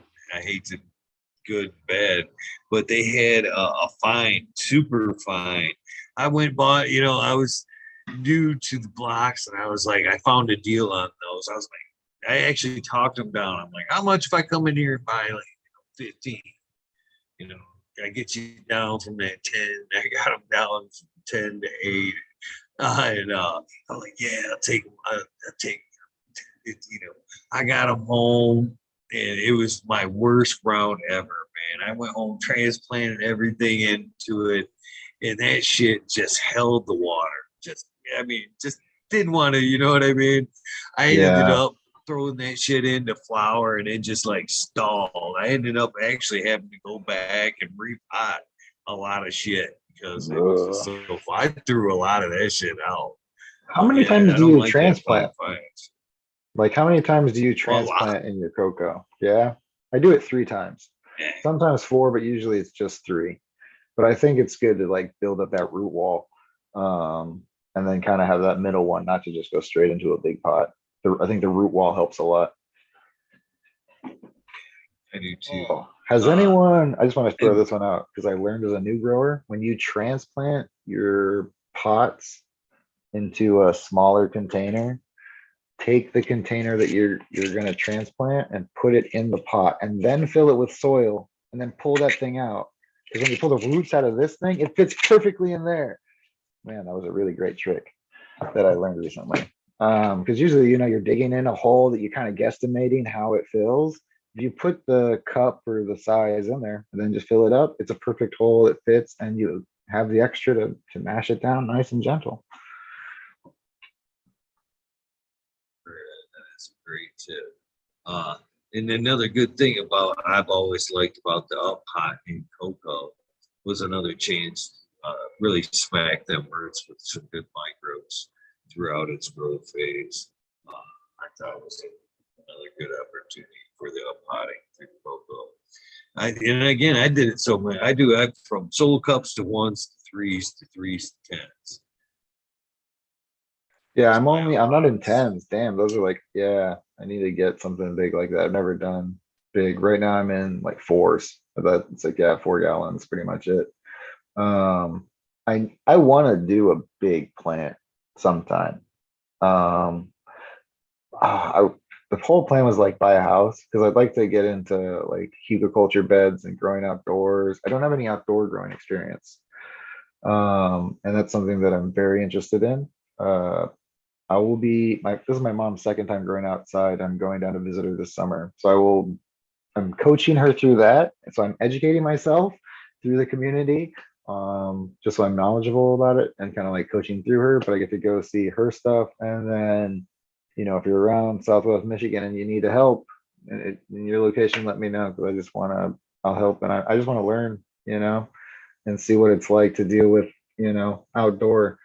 Because it's something that is eventually the plan is, yeah, I don't, as an artist who lives and works from home, like, yeah, I'm a nerd and I'm a geek and I'm smart enough to live digitally and all that shit. So I'm down to live off the grid pretty much. And that's kind of the plan is I don't really want to be necessarily around people. I'd like to just have my land and quietly live, that's cool with me. And I want to grow a lot of, weed outdoors, that's, yeah, sun grown. And over the years, that's why I like the hugelkultur bed is just, I want to, the whole permaculture, like everything and getting into your environment and like aquaponics is very interesting to me. There's a lot of stuff like technical and crazy, like levels later for a whole homestead. And it's all very intriguing. And I like that lifestyle, and supporting yourself that way.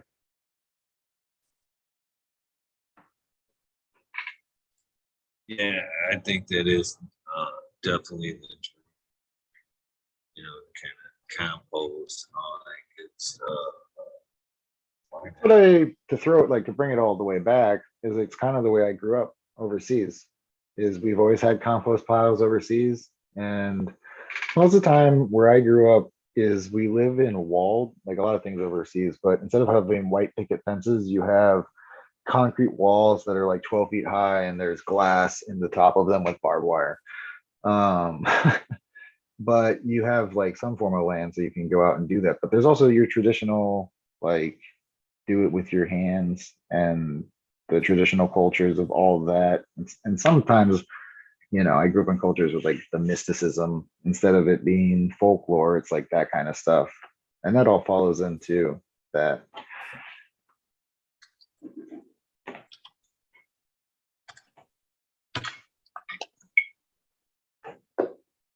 So Do you extract it at all? Do you do any hash making or edible making with the scraps? I mean, everything is usable in the plant. It's one of the things that we thought it was a pretty incredible plant before, but now that it's becoming quasi legal in a lot of places, man, we're realizing there really is no waste in the plant. The plant, the roots, you know, have medicinal process. The whole plant's got something you can do with it. So nice. That's beautiful. Yeah, so I guess I like to be honest, I like traditional hash. Traditional hash. And when I came to the legal state, I thought that I had a misconception that I could walk into a dispensary and get every asset of things. I could get traditional hash and I could buy a keef if I wanted to, you know, or like sift or whatever, you know. I could buy rosin. But no, you go in there and it's just not that. Like they don't have that available. It's flour and concentrates, solvented concentrates, which is fine. I'm down. Like I like PHO that's done really well. I think like the flavor is amazing. Shout out to Pergroli. Geez, like I had some lime skunk at one of the events and geez, right? And he provides test results and all that stuff. But I like solventless. I like hash rosin. I have a washing machine, like that one homemade stuff. So I've gone through that. I'm a big Frenchy cannoli fan. Rest in peace. And that whole thing. So yeah, I have a 2.5 ton manual press. So I don't lately. I haven't done anything, but I do or have made my own personal solventless rosin. I've done frozen, like whole plant fresh frozen. I've also done cured. I've experimented with a lot of jar tech, different kinds of things in that world, which I enjoy. So yeah, but I'm not like a processor and I don't do anything. And I do have the fortune of, the good fortune of working with clients who are processors. So I think I have one around here. I've done a lot of labels. This is a label I've completely designed. It's Vanilla Chem. So it's a little like cookie chem creature, happy space guy. Yeah, fresh pressed live rosin. So I get to know people and I get to ask questions. This is a tamper proof, so like it's sealed. But yeah, I get to, and this is like I've done a couple of these. I have a lot of regular people that I work with, and there's going to be a lot more in demand now because I do some events too, and like I said, I work with a lot of these people. So yeah, I love rosin. I love hash. I love BHO. Like I'll dab. You know, I was gonna do a big dab on here, but I just didn't, and that's fine. But I had a big dab right before I came on. It's Black Dog Kush, which is really good. It's a very blackberry, terpy. Yeah, very delicious. Do you dab that often? Do you? You know, yeah. A little bit. I'm not opposed to it. I went through a fad during the show here where I, was dabbing pretty heavy. Obviously, the dab song. And then for one reason or another, it just kind of fizzled out. I don't know why. I do. Fuck. I actually have. Fuck. I have some Kiwi Delight here, which is Oh, this kiwi. I know kiwi. blueberry. Yeah. Yeah, from Bigfoot. I got this way Bigfoot, and it's still there's got to be at least half a gram in there, easy. That's how I was recently. And then shout out to DP. He gave me a rig, like a proper rig with a recycler and a blender with pearls and shit. So I have to smoke it. And I had a lot of stuff like that. I had this collection that I've been saving for a while, and I just basically cleared through it. Since I, you probably smoke so much as I do think that the delivery system, or yes, I believe that the delivery system is enough of a variance. So if you vaporize cannabis compared to doing a gravity bong, compared to smoking a bong, compared to smoking a joint, compared to just a normal hand pipe, I think that all want to like, it's a little bit different, I think. Um, and then you get into solvents and your concentrates, and it gets even more of a dynamic, like broad spectrum. So I like to, and then yeah, RSO, FICO, like that's a whole nother thing, edibles. Um, and I changed mine up. I changed my delivery system up and what I have throughout the day to maintain, I don't know, the full peak, you can say, of high level. Um, yeah, I guess I do ride the ether. I've been taking a bong rip every time I stop talking. So yeah, I usually smoke quite a bit. Nothing wrong. No, exactly. Nothing wrong. That's how it goes. It's also a smoking show, so trying to keep up with everyone in chat. So trying to kind of relating back to the many devices there, other than source material, I think the only person I've ever really heard speak to this, uh, all publicly, is Cascadian Grown, and his talking about the different effects of the joint as it burns down, that being temperature, uh, which explains a lot because I gave out the bottles there. I don't know if you've ever seen the little green bottles. I gave out some of my version of the NPS kind of. There, these I know bottles I on got sticker. a I got this I awesome seen mug. that, man. This is like, I don't know. I think I got the bet. Like one, I want one of your shirts. Like your shirts are super cool, and I think that's Kazoo's drawing, which is awesome. I forget who did this, but shout out to this artist as well.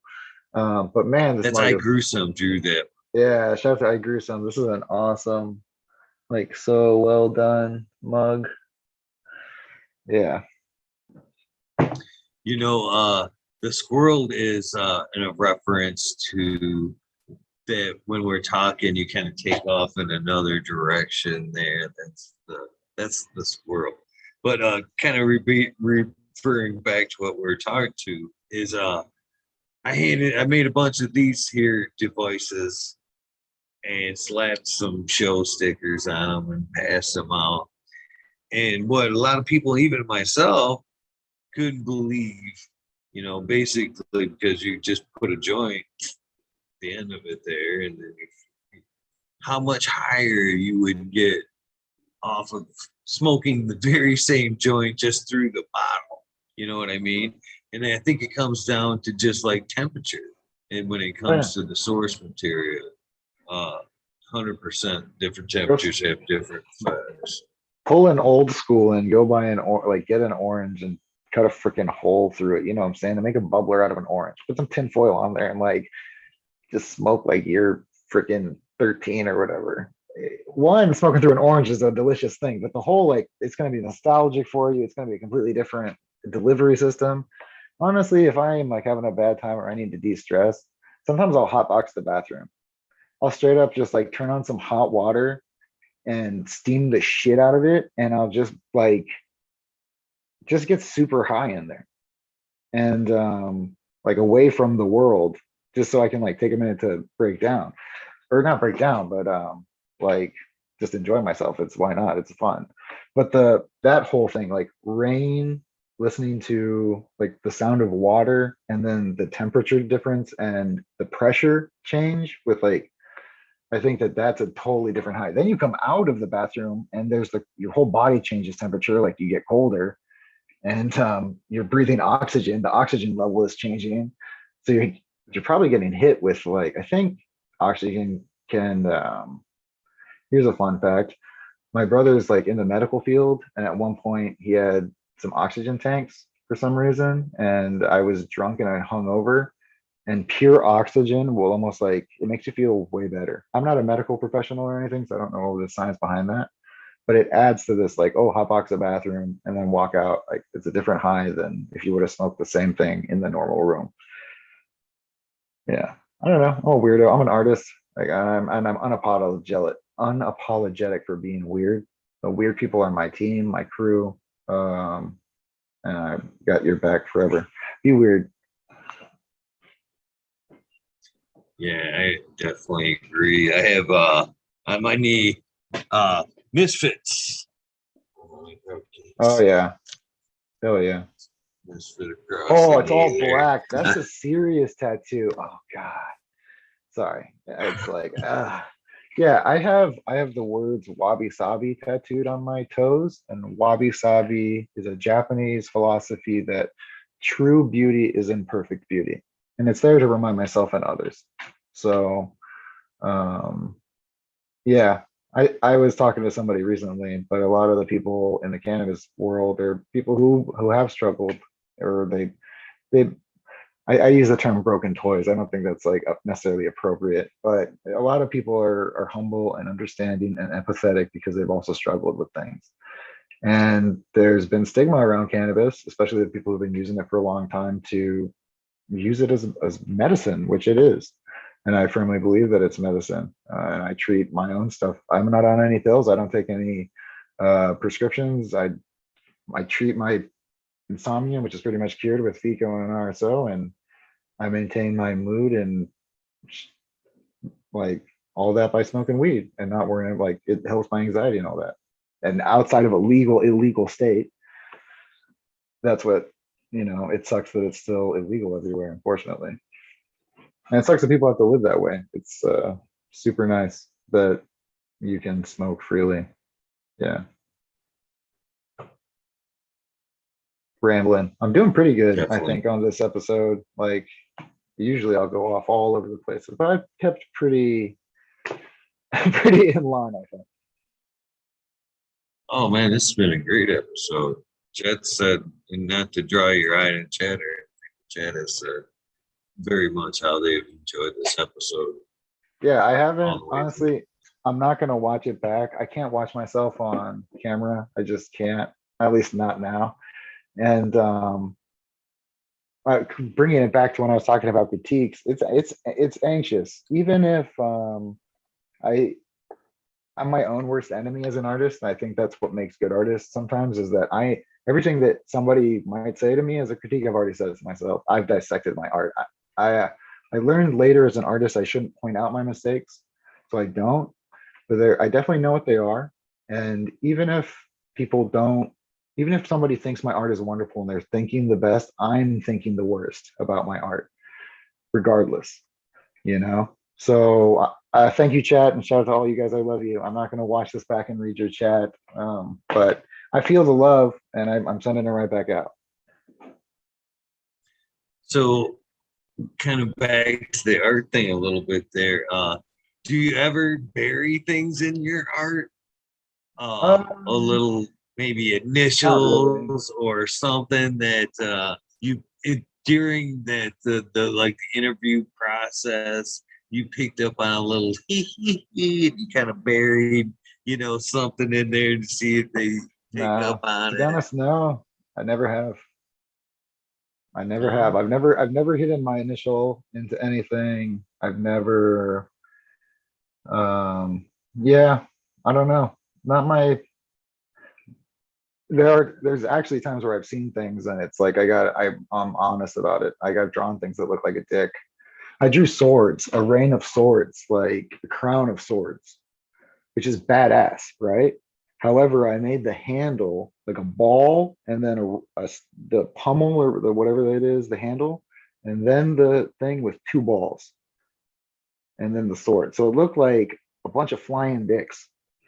Like when you point it out, that's why I said I don't point out the mistakes, because once you see it, you can't fucking unsee it. So I look at this like crown of raining swords on this badass piece, and all I can see is fucking flying dicks. Um, so I try not to, like, one, just personally, and two, it's most of my compositions are pretty well thought out, or I spend a bit of time in it. I don't know. It's weird. I feel like I don't want to be caught. That's why I probably wouldn't do it. Like, I'm somebody who stays in the lane pretty much. Um, I don't know. I don't have any, like, I'm a proponent for getting people out of prison. When I was younger, I had a run in with, like, the law, nothing violent or crazy, but I went to jail for like overnight, right? I got booked basically. And that whole thing changed my life. To be a proponent is, it's a horrible experience and people don't need to go through that. And it changed my life. Is like, I don't lie, I don't steal, and I'm also an open book. Whatever you ask me, I'm gonna give you an honest question, because like what you said earlier, when you die, you only have what you have. I'm agnostic, I don't believe in whatever, but when I die, I just want to have a good conscience of myself. Like, I don't want to die with regrets, and I don't want to die with guilt and shit. So, or secrets. I don't like the weight of secrets. So I just, yeah, I keep all that shit. And luckily, I'm fortunate to not have ever had a run-in with cannabis and the law in Virginia, because Virginia polices the hell out of Northern Virginia. It's a very like police state. Because you're right by the government, like DC. So I get it, but it's just crazy, like how it can ruin people for an unnecessary reason. Yeah, yeah,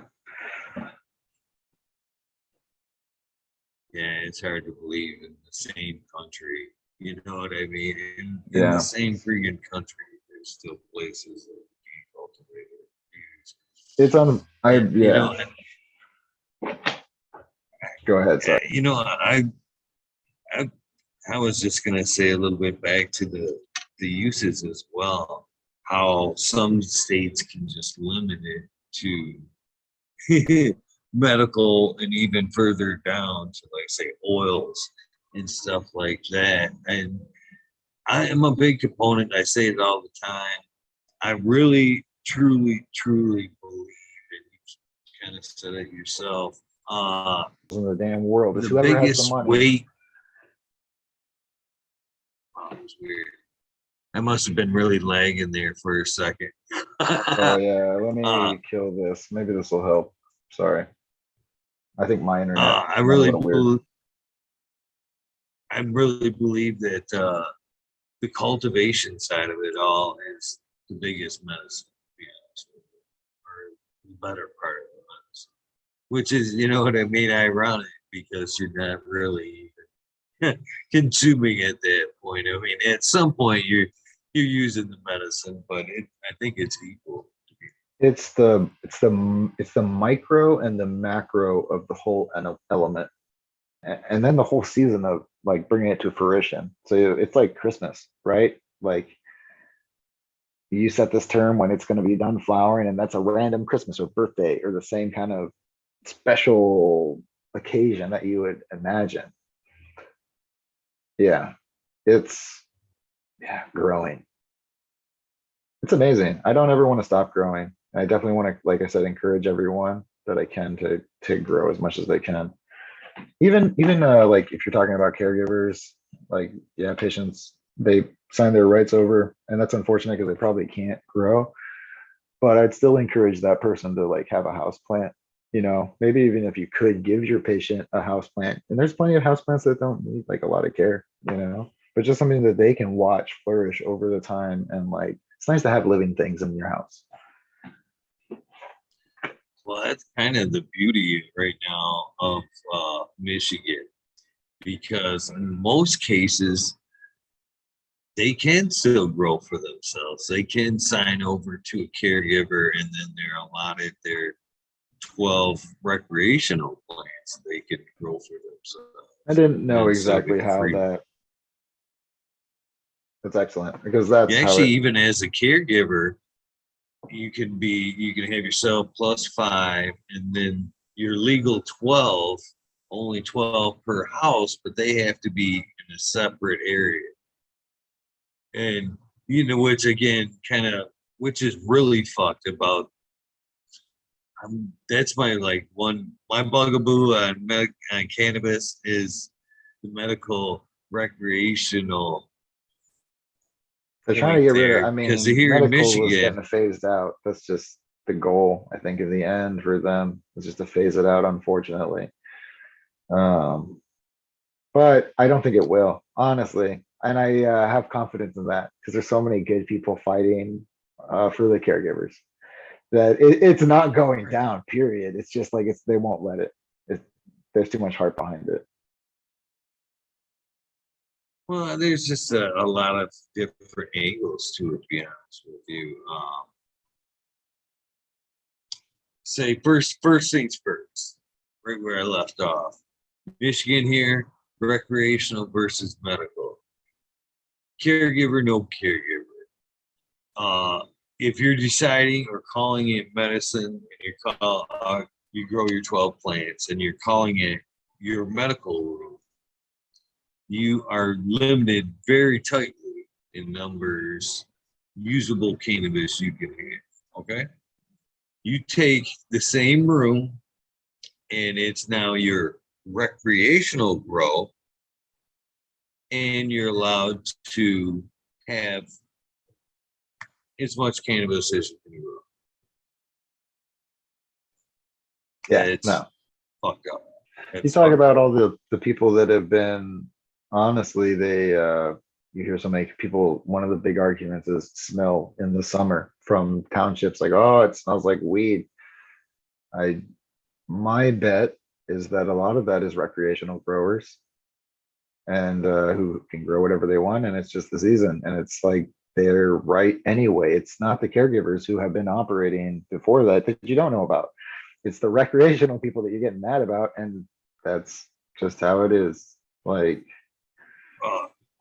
yeah, that applies exactly to the last swipe at the medical caregivers who are feeding the black market. Any medical grower that's really, they're considerate of their numbers in a lot of ways. They're perpetual growers to help kind of keep numbers down.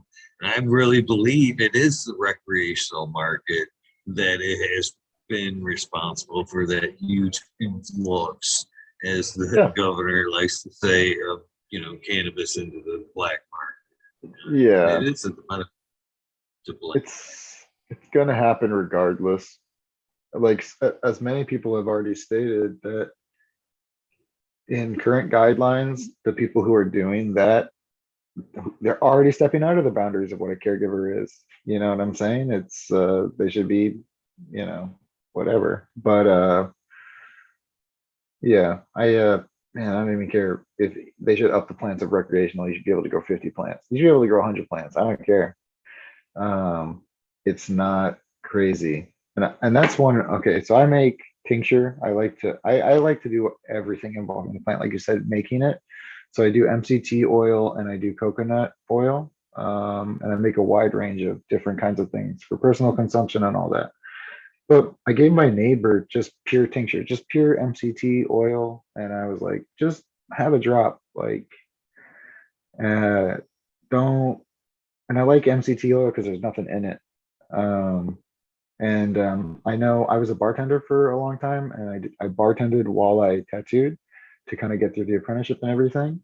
And I probably at one point may have been an alcoholic. So I don't ever want to give somebody who is also recovering from something like an alcohol based something without telling them. But she came back the next day and she's like, that's the first time I've ever slept like more than 3 hours in like 5 years. And this is an elderly lady. Like, I don't want to get her super stoned and I don't want to freak her out about shit, but that's what I want. That's what, like, oh my God, yeah, that's what, like, yeah, I grow weed. I don't need to like get stoned or anything like that. It can do things. I got to shout out Skillbo and the roller ball. I didn't think that like subdermal, like lotions, like balms or anything. I've always been super skeptical about that. And I heard everyone raving about these roller balls. So I've tried one, and I don't know. I've had two back surgeries. Just I wasn't in like injured or anything. I just had a degenerative disc. But that and RSO, like those are my medicines. My daily pain is like roller balls, and it's within 15 minutes it's cured, and it lasts anywhere for between 2 and 4 hours of relief. If you have a migraine, you put it on your temple and it goes away. It blows my mind. My brother is a doctor. Like, he's not a doctor, but he works medically, and I gave it to him, and like he gives it to his doctor friends.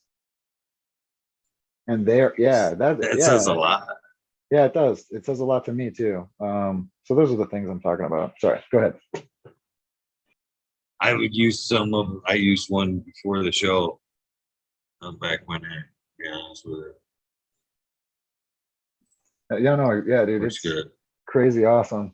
Um, yeah, yeah, it's cool to like get high and ride that creative wave and be funky and groovy. It's cannabis is a very wide spectrum. It's a huge encompassing world of so many people and everything. So it's good to just be open to all and remember like we're all the same, in that regard.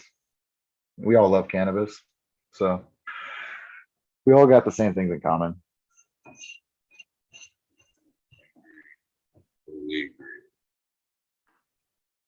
Oh, yeah, and what I guess another kind of, not to beat the shit out of that medical thing, is again, I've already kind of seen it in some ways. I was talking about this a week or two ago. Say Georgia right now has just medical cannabis, and it's an oil only, basically type situation. They were licensed out six licenses to grow and produce the oil. No takers. Nobody wants it because there's no money. So yeah, yeah. So they've already are in trouble with their oil and they're outsourced. They were outsourcing for quite some time, and now same thing with their outsource. They're finding the supply state by state are kind of dwindling, or cannabis is being reused in other markets, or it just isn't there. Nobody wants to mess with it because of they can make more money in the legal.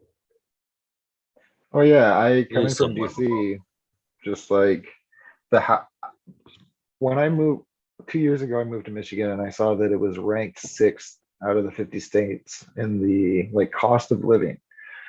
And I believe I moved from Northern Virginia, which is like the top 10. And it's you buy a townhouse for like $650,000, like a townhouse, and you're buying single family houses for 900 to a mil. It's like, okay, no thanks, not gonna happen. Can't do that. So I can definitely understand all of that. It's really unfortunate. And it goes back to the same thing. Like I thought I could go to a dispensary and I could get hash and I could get this and I could get that. But there's all these silly bureaucratic red flags in the way and red tape and tape all over the place from people who don't understand cannabis. And that's the unfortunate thing. There's a lot of people who still think it's way intense, and the whole like concentrates freak people out. I think that there definitely needs to be an appropriate attitude about it. I don't think this is the crowd that I have to talk about that. I think everyone who's watching this is really like it's like drinking. No one's there being like, hey, take this shot, take this shot. I think that some of us for sure would be like, oh yeah, take a big bowl rip. Like we're all adults here. But I think when you're starting out with like an elderly woman or a new smoker, a younger new smoker, even, to start them out slow. Don't blast them, don't because you don't want them to have a bad experience or scare them away. Something that I forget about is that I don't take a tea break. Like I don't stop smoking ever. I haven't for years. When you stop for a little bit and then you start back up, like those first 2 or 3 sessions, if you can get really high and like green out, or it can be very uncomfortable. And you're like, why do I do this? Like, this isn't fun. So loading up somebody with like a concentrate or like a really heavy thing, I would don't do that. Bring them in slow, like bring the newbies in slow, warm them up. Um, I think that's a proper attitude for just substances in general. I'm gonna be at like shameless plug. I'm gonna be at Spread the Spores this weekend, vending, and that's kind of hosted by like kind of Decrim Nature, Michigan. It's like a mushroom thing, and that's in Kalamazoo. If you're interested, you can check it out on my Instagram page. I'll be there. But yeah, I believe that there's lots of healing and destigmatization that still has to go on, and yeah, all that stuff. There's tons of plant medicine, alternative medicine that is treated. It just needs to be. And I'm Astro Charlie. I am like a guy of science. Like I like all that shit. I'm a nerd. And if things need to go through whatever approval to get a normal person and to get better treatment for their life, that's fine. Like if it has to be through the recreational market, so be it. I'm like, I'm wearing a shirt that says black market on it, but as long as somebody's getting help, I don't care. Like in the end of the day, I'm not gonna maybe support it and I'm not gonna talk about it and thing, but I'm also not gonna hate on you at all. Like you gotta do what you gotta do to do better, and I wish you the best in whatever needs taking care of to feel better. Without you hurting other people, like there's obvious caveats to the rules. How do you feel about psilocybin for anxiety and whatnot? I feel it's definitely a good tool emerging, and I kind of think it's no coincidence that cannabis and psilocybin and holistic medicines are kind of pushing themselves back into the forefront. But how do you feel about psilocybin as for anxiety and all that good stuff? I'm all for it. Personally, I don't take it that often. I yeah, just personally, but I do. I have. I very much like the idea of microdosing to the point of you not feeling the effects per se, but just taking a micro amount here and there. I think that it can do wonderful things. My brother's wife, my sister-in-law, she works with a lot of Alzheimer's patients. And I think that like just like the lion's mane mushroom and like other psychedelic mushrooms can do a lot with the brain. My girlfriend, Natalie Bradford Art, she's trained as a fine artist collegiately, and a lot of her traditional work deals with memories. And she does vintage art. Shout out to Lobster. I don't know if he's here, but he's going to hook us up with some vintage High Times magazines. Because all of her material is like original sourced vintage magazines that she cuts them out. We got some like old Playboys the other day to get like women for collages. So I think that all of that can contribute healthily, like to brain health, to anxiety, to the way we shape, and that goes to science. Something somebody showed me once that I really didn't think about, but it was an analysis of the brain over time of people who consume different drugs. Like they took a cocaine addict and an alcoholic and somebody who had just smoked weed and everything, and they looked at their brain and the stimulation over the years and then compared it at the end. And to say that substances and chemicals does not affect your brain would be like untrue, unfortunately. Like it can physically alter your brain. And I think that mushrooms or that realm is kind of like the connecting, or like the band-aid or the healing aspect of that world that we haven't tapped into, and I think is a great benefit to any form of like life addition. I think that what do they call it? Like a godly dose. Like I think if you need to take a godly dose or you like taking big amounts, I think definitely do that. Coming from where I grew up, I'm down for ayahuasca and shamans and going on spirit journeys and peyote and sweat lodges and all the good whatever you need to go and get that the spirit journey. But I also think on like a chemical level, it scientifically, I believe it helps as well. And I look forward over the next decade, I'm sure that there's going to be a lot of studies done.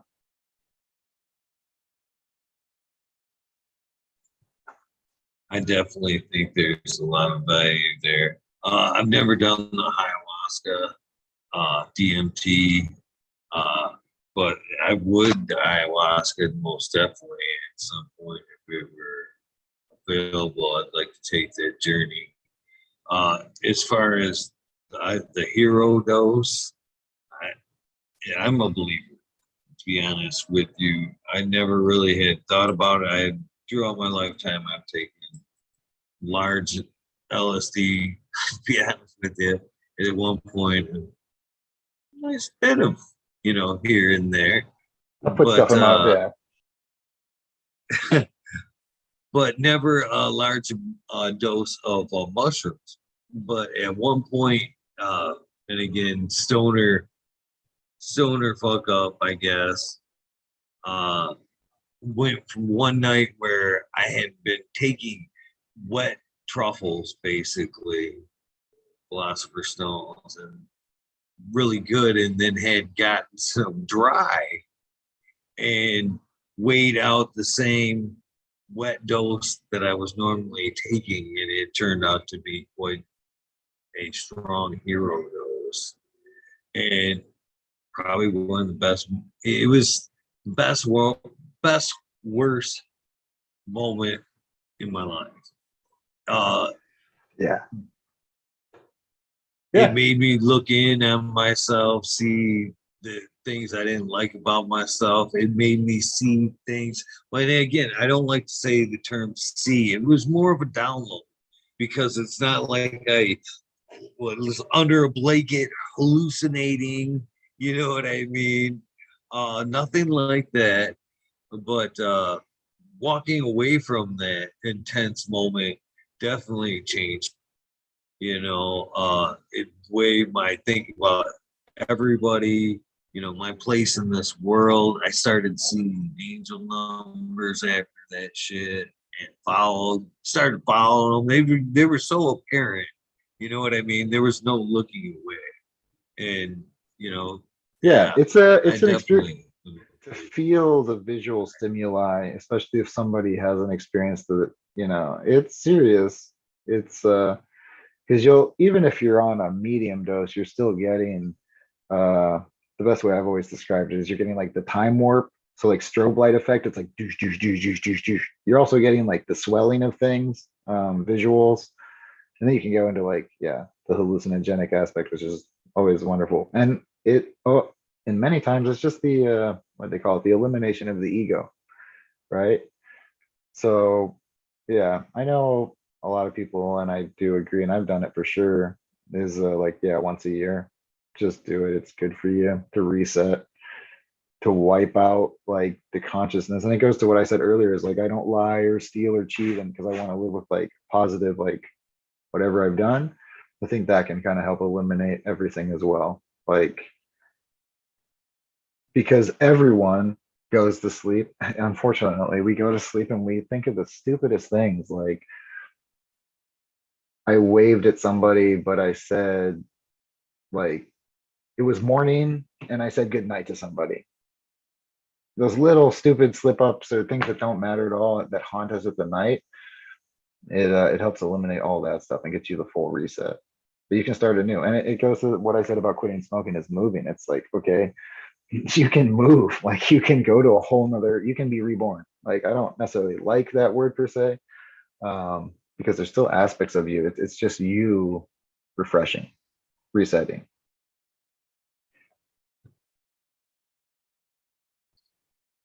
yeah, I've kind of it needs to be done occasionally, that reset. I definitely have talked and said the same thing and agree with what you said, the once a year for sure. I've said that almost my whole life, to be honest with you. It's that self reflection, you know what I mean, to kind of keep you back in the balance there. But I wholeheartedly agree. Yeah, I wanted to shout out, I think she was on recently, Miss Vicious. Was she on recently? Yeah, I think I'm gonna see her this weekend, and I also know that her account on Instagram is, she's not getting it back. So if you follow me on Instagram, if you know Miss Vicious, go follow her new page. I don't know what it is off the top of my head, but yeah, I I hopefully we'll see her this weekend, or this week on Friday at Spread the Spores in Kalamazoo. And I think Hopefully, she'll also be doing a talk. That's a like more of an event where it's a full like educational. I don't even want to, they're the pros. So if you're interested in all that, definitely go check them out. Like, they are the pros. she was a great lady, great guest, as well as Pearly Baker was within that week there. Another psilocybin kind of edibles maker there. Hopefully she's there as well. Great There's a people, and ton. it's I, Yeah, I'm it's so excited for that industry. I thought I read right before I came in that they were trying to move the students against, I forget what it is, but they were moving to decrim all drugs, and maybe it's Ann Arbor. I don't know. We'll have to see. But yeah, so it's coming. Michigan's an interesting state. It's pretty like nice about that. Um, like I said, the stuff by this week, the spread the spores is decrim nature will also be there. And I'm excited to see that these events and education going around all over the state. Me too. Me too. I'm looking. Oh, I've got spring fever so bad. Michigan's got an amazing event season. I think second to no other state. Cali has some big events, but Michigan, it seems like once we get going, in fact, I don't think it died down. To be It honest with doesn't. you, No, it doesn't. I I do work with some event people, and there's always something going down for sure. All over the state, north, south, east, west. Yeah, Michigan's awesome. I did that last year. I basically went to like every event every event I could go to, I went to. Um, and yeah, it was awesome. Everyone's super friendly. The events are great. I understand that they weren't as big because of the climate and everything that's going on. However, still awesome, still great. And that's another reason why I'm getting crazy busy as an artist, is because everyone's like, oh, I need new art for my booths and I need this and that. It's awesome. I'm also, hopefully I'll be booking more booths. So if you're around Michigan, hopefully if you see me, come by, like say what's up, come by the booth up, like I'll give you a pre-roll or something. Um, Definitely I like your opinion as growers, like what you think of my cannabis. And I always take some because I hope I run into a grower, because I want to show you my Starstruck. It's like watermelon candy, or the Machiavelli, which is like blackberry, blueberry, yum yums. Yeah. yeah, I can't wait. And these Michigan events are pretty badass now.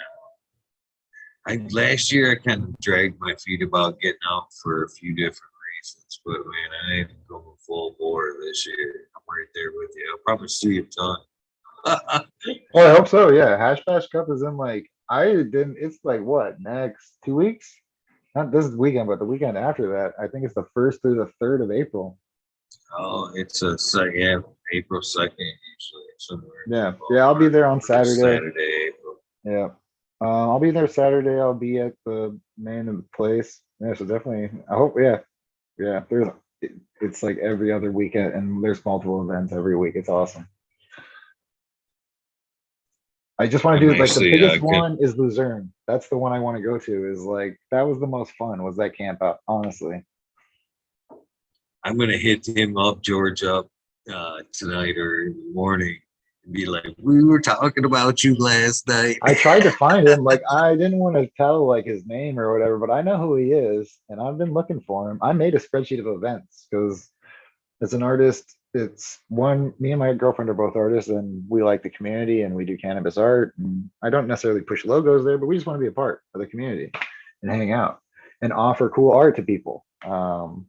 So I have a big spreadsheet of events, and that's the one that's like I've looked for his events and his. I've even gone to the Eventbrite, like because he has the old events listed, but they haven't like re-updated a new one. But I can't find him on Instagram anywhere.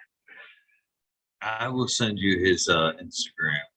Yeah, because I work with event people, and I'd be happy to assist with any design, like for advertising or whatever. And I also haven't mentioned it because it's like my normal stuff, but I specialize in print and garments, as well as like I know people who do large format printing. So if anyone ever needs stuff like that, let me know. Soon, because it's the busy season. People. Right on. Man, that event was awesome, man. That last event in particular, they've all been good up there, but that last one was really good. Especially, did you haven't? We had another vendor that goes from event to event, Jenny Green Thumb 710 and Michigan Wildflower, who were vending out there. I don't think so. they as soon when the night was over, he busted out well, she said early in the day, man, she's like, yeah, when he's done, he probably get his guitar out. We're like, oh yeah, that'd be cool.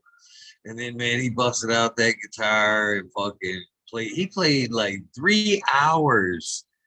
Fucking, what was it? Friday night, and then Saturday night, fucking did an encore performance of like an hour and a half by Oh, the hell yeah. campfire, and Whew. it was fucking just nothing short of magical. You know, all your smoking buddies hanging around, smoking by the Yeah. campfire. It was it was funny because like there was a good 20 of us right there, and then the next thing we know, mid, especially Friday night, mid, we look around and like he had drawn a crowd. Oh yeah. It No, was it was a great crowd because it wasn't overcrowded. I don't know what it was, man. Like it's a magical forest. It's the Bigfoot Lodge. What can you say?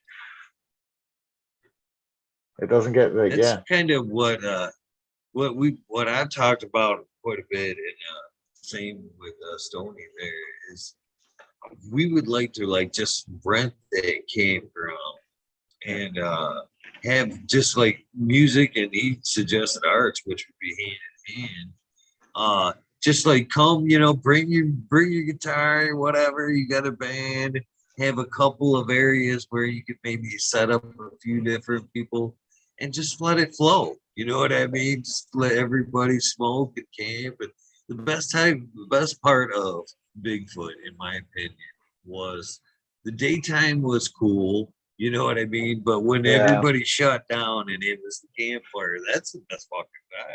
Yeah, because it's one of those vendors can like that's the other thing is that at some event like that, I don't mind just laying my art out on a table and walking away. Like I trust everyone.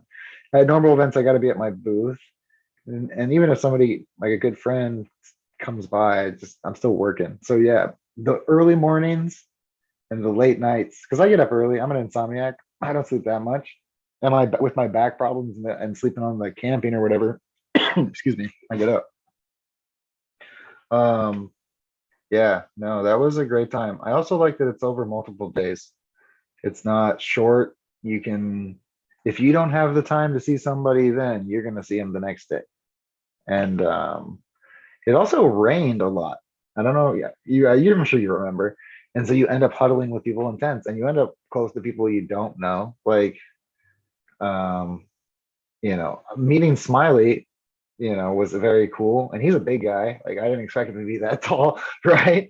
Um, and then it's like, oh, okay, super nice guy, like the nicest guy ever. I know everyone knows, but yeah, you end up in like weird situations. The other great thing, but man, is putting faces to the name in chat because I know like Stony said it that he like we always want to hang out, but the art vending and stuff, and he's playing bands. Shout out to Catachronic. Um, so it's everyone's fighting for some time, and at the Bigfoot, you get those 2 nights, 3 days, get there early, stay late, whatever. But you get the time to actually have meaningful conversations with people. And man, you'd be surprised how many people from chat are there. It's like big groups of people, and everyone, and everyone is the same. So it's like hanging out with old friends. It is you can't even describe it. Any event that anyone in Michigan, if you can get to an event and hang out with Eagle and his crew or any of the Groskies in chat, like do it. Don't sleep. Drive a couple hours. Take the day off from work. It's worth it. It'll change your life for the better. We have a few in chat. Martial artist that weekend, man. He drove fucking 13 fucking hours straight to come hang out at Bigfoot. Yeah, Indica B and his wife drove like 20 some from Massachusetts or whatever. And I think they picked up DP in Chicago. So they went like past where they were supposed to go and then came back. That's bananas. Yeah, shout out to the real ones. And they get it. There's just so much love. There really is. And you'd be surprised how easy it is to talk to people because it's you We've been talking to them for years now. A lot of us, right, have been hanging out or in chat for a long time. And it's like picking up right where you left off from last night. Sometimes you're like, hey, dude, I saw you on the fucking show. The other cool thing is like the shows, right? Because there's definitely people filming throughout the days, and all of a sudden someone will walk by. I was filming at one point for a live show. Maybe it was like Caribou, I forget. Um, but I was walking around with like a handheld tablet, just like filming the campground. There's all kinds of weird shit going on. There's people spinning flames. Did you see that one night? All the flame Yeah, that was a good spinners. time. Yeah, yeah. It's a good time. I Yeah, it's got to was go bummed down. out, man. I actually talked to one of the vendors up there today, my buddy Josh, I grew up with. That's another thing too, is seeing people you've grown up with still, killing it in cannabis and making it a lifestyle still is really cool. But damn, I scrolled what I was saying. Oh, what I missed out on Sunday.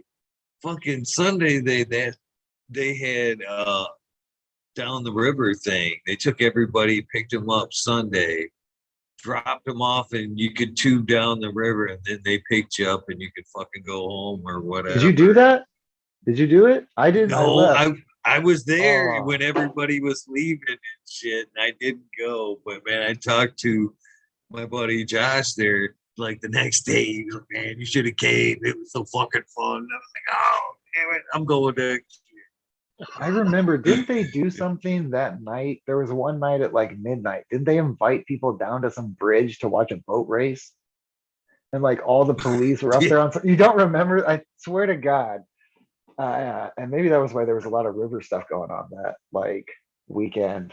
But I swear somebody was like, it was literally like 11 o'clock at night. They're like, oh yeah, we're gonna drive a couple miles down to this bridge because there's like a midnight race. The fuck? Okay, this is crazy. I wish I would have stayed, and I will definitely allocate more time to do it. I'll always try and be there as much as I can at events. The other thing I try and do, if you do come and see me, is I always try and have some limited edition special stuff, like 50 special hand done cards or 25 special hand done cards. Like you give out stuff, that's what I usually give out is like limited edition art. And I give it out like, yeah, just come see me and ask me. That's the best thing. Otherwise, I give it out to a normie. I'd rather a Groski have it. it fucking always warms my heart when I see people still using them cups and shit. Yeah, It's quality. It's I good. love I like how you do it. I didn't even expect it, and you were very generous to everyone you saw. You were like, here, dude, take a shirt. And then I remembered I was watching your show like the weekend after, and you had mentioned that you don't sell merch, you just give it away, like, which I like. Personally, I got to sell some shit. I'm an artist. I make money off my stuff, but I still like to give things away, and I like that that's how you do it. It always means a lot more if it's personally done. One thing I do that I think you may appreciate is I try to limit, the numbers. So like say you got a t-shirt up in fucking Bigfoot there's a chance that you'll never get that print again. You know what I mean? Or that shirt. I do The the next same thing. event's gonna be something. Yeah, I think I do there's something business cool cards, about that. all my business cards, because I do print stuff myself. I should make it easier on myself. I really should. But every event I go to, like my business cards are different. And I usually use a foil. So it's shiny. Like I've done pink, green, blue, like holographic. They're usually all like weird, funky, the crazy fun ones I can do. Yeah, I think it adds to it a lot. I just did badges. Okay, so here's the cool thing now is I can do these mats. I figured out how to do dab mats, right? These are prototypes. Very cool, whatever. I don't want to really plug this shit. But I do these vendor passes for events. This is one I did. And I don't know if you can see, but it's actually, they're all hand embellished. I only did 50 or so, but each one has different silver paint. And then I went in and did the stars in white by hand. So that's stuff I like to do for an event coming up. I'm going to be doing probably coasters that are limited edition, hand signed by me. And then hopefully, I do so much with clients and other work that I rarely have time for my own brand as Astro Charlie. And something I'd like to do very soon is shirts, because before I went full freelance, my like most prior art job was I office managed, and I was like the main artist for a screen printing shop. So I have a lot of experience in like clothing and how to like design that and work in it. So I'd like to do a pre-order of shirts sometime soon. I think that's good because I don't really want to manage inventory, but those will be limited edition. Like, yeah, everything I do is always limited edition.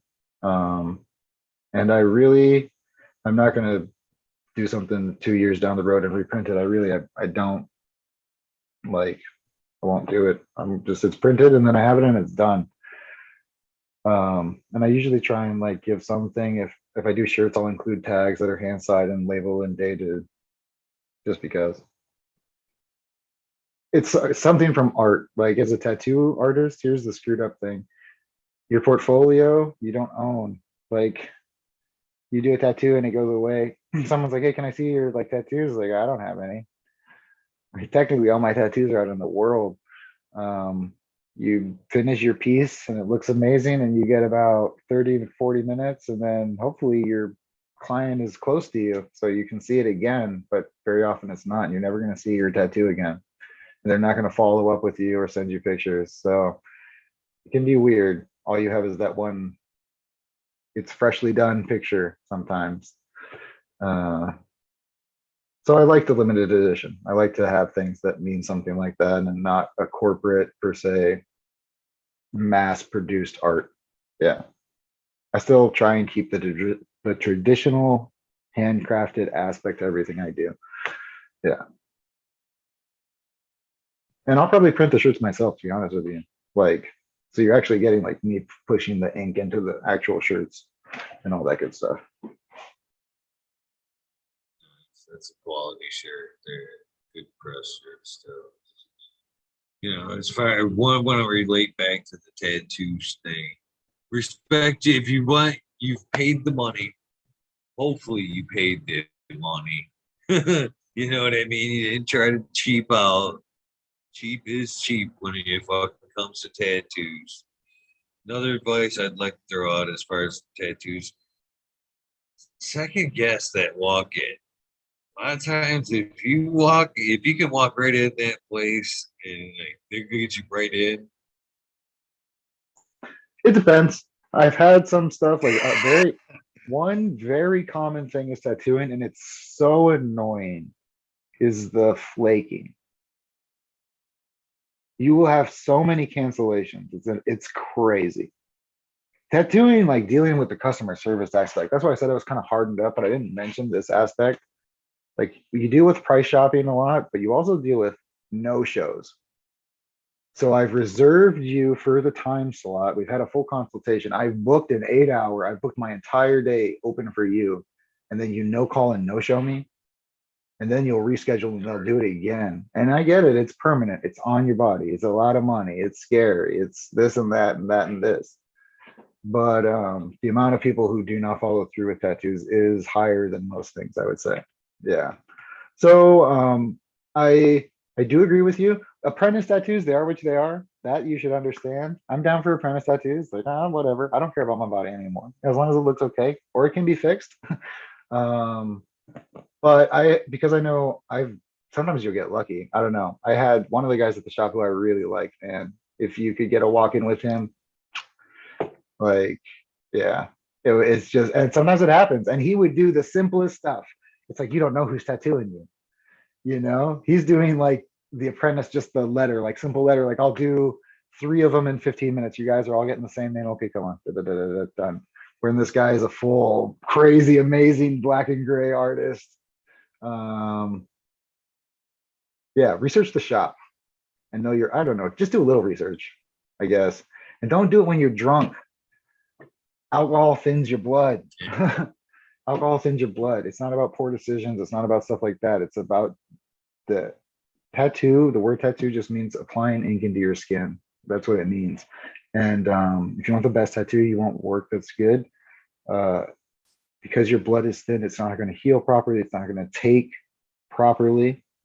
There's a lot of aspects to that. Plus, your like decision making is whatever. I don't really care. I've been drinking while I've been tattooed. I've been after hours on the shop, and I've made plenty of poor decisions. So I'm not going to tell you what to do. But really, if you want good work, because all the drunk tattoos I have are the skin is busted where it's done, and generally the artist was also the drinking, and that's not good. Yeah. Yeah, but I do like So cannabis. I don't know. Oh, the other thing that you don't realize is like stimulants. I used to drink soda and coffee in the morning, and I had to cut that shit out because you can't pull. I couldn't pull a straight line. Like just naturally, my body, without thinking about it chemically, it was shaking.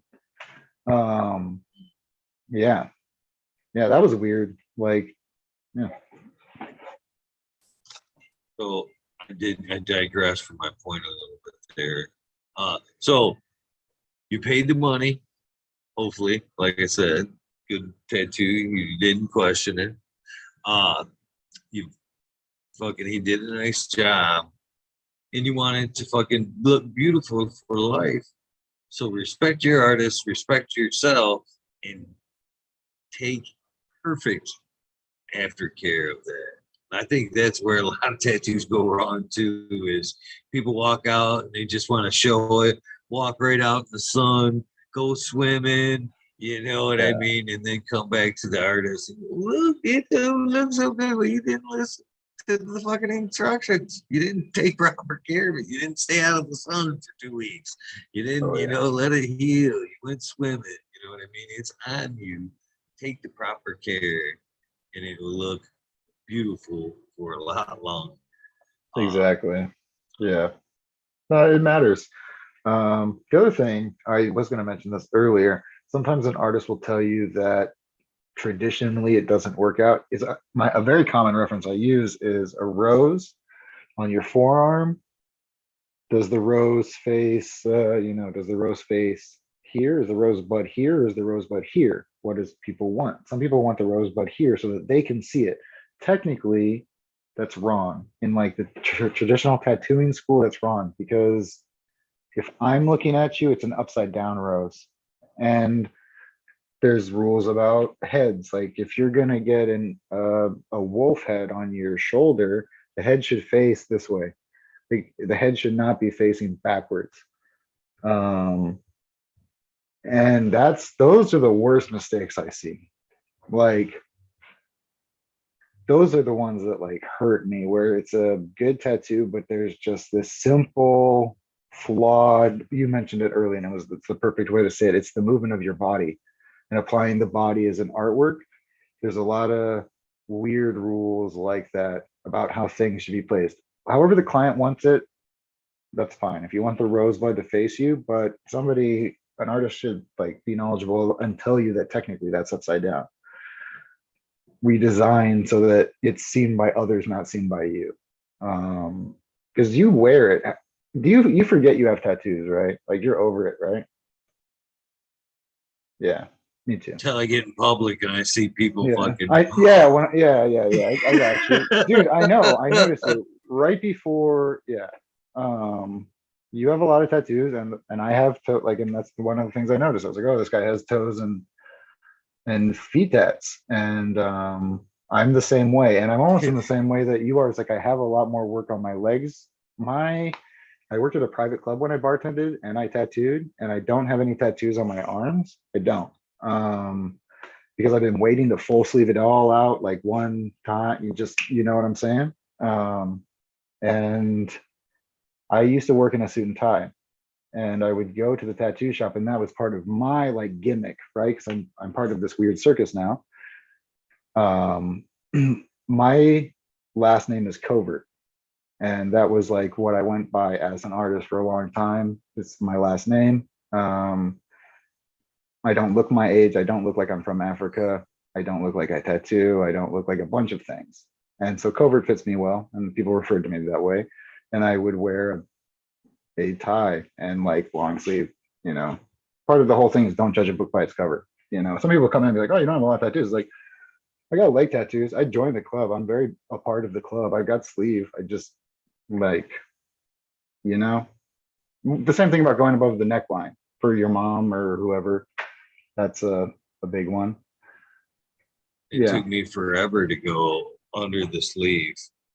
Yeah. No, totally. You know, People still look at you. Unfortunately, that's the way it goes. The person who was technically my mentor had full face tattoos. Um, he was a refined or like person who had had a rough life and then come back from it, but he had dagger tattoos under his eyes, and his name was Grumpy. He passed away last year, unfortunately. Shout out to him, but he was the nicest dude, and he would people would fucking like we would go everywhere, right? And a lot of people would talk to him, and I've seen little ladies approach him like, "Why did you do that to your face?" Sometimes I would think, "Damn, you got some gall to say that to somebody who looks like they could kill you." Like, because he was a big dude, and these tattoos were some of them were prison tattoos. He did look like a violent person. Um, and I said that's a horrible thing to say. I know that, but stereotypically, somebody who has their face, he had violent imagery. Do you know what I'm saying? Some of your like more tribal or hardcore stuff on his face, like directly and all over. So it's definitely there. But even me with just the leg sleeve equivalent is people still stare at me and treat you a little bit differently, you know? I find that to be very true these days.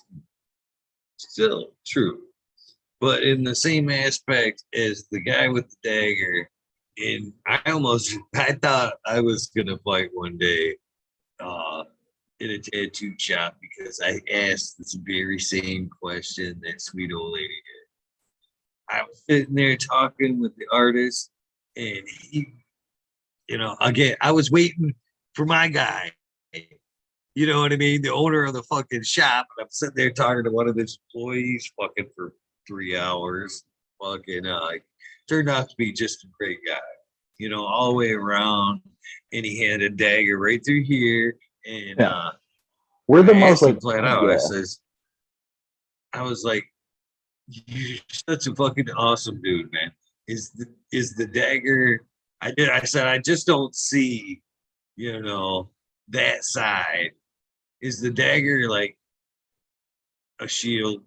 You know what I mean? And I think that, there's a few variances of people that Mine get is tattoos. mine is I definitely like think an it, armor and a shield.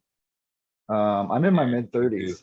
Yeah, and I don't look like I'm in my mid 30s. And the places that I grew up have, like I mentioned earlier, have a lot of violence and stuff. I'll go to any country at this point. I'm multilingual, I speak multiple languages fluently. I don't care about whatever danger zone, but it is my armor. And I know some people will not fuck with you, right? Because you're like, oh, look at this guy. Very easy. The biggest part of it is we want our bodies, just like I don't want to hate on people who have cosmetic surgery. And when you get into body modifications in the tattoo world, there's piercings, right? And then you get into the extreme level of that of like, um, hell, cutting earlobes, people who split their tongues, like silicone injections under your skin and metal implants. Even dermal piercings are pretty intense because it's like a cap underneath it.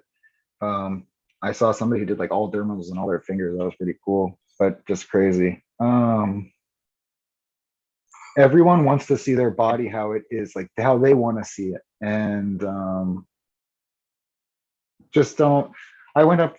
It goes back to what I said about the critiquing. Is just don't like offend somebody about it. You can ask somebody about their artwork on their body, but just remember it's for them, and they chose to have it on them, and you don't have to live with it.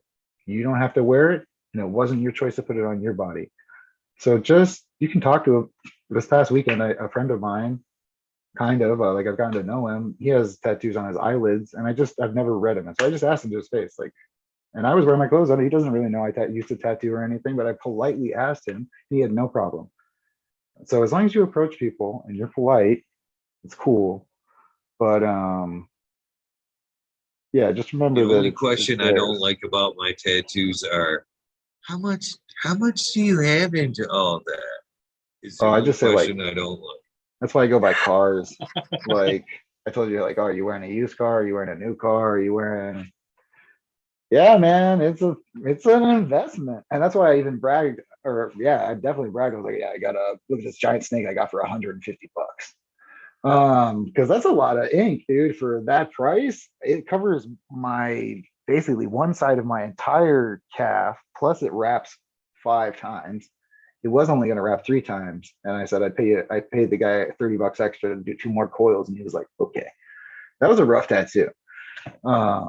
Just because it was just because of the situation of where it was, and I had to catch a plane, and I wasn't on a table. I was on the floor, like a concrete floor.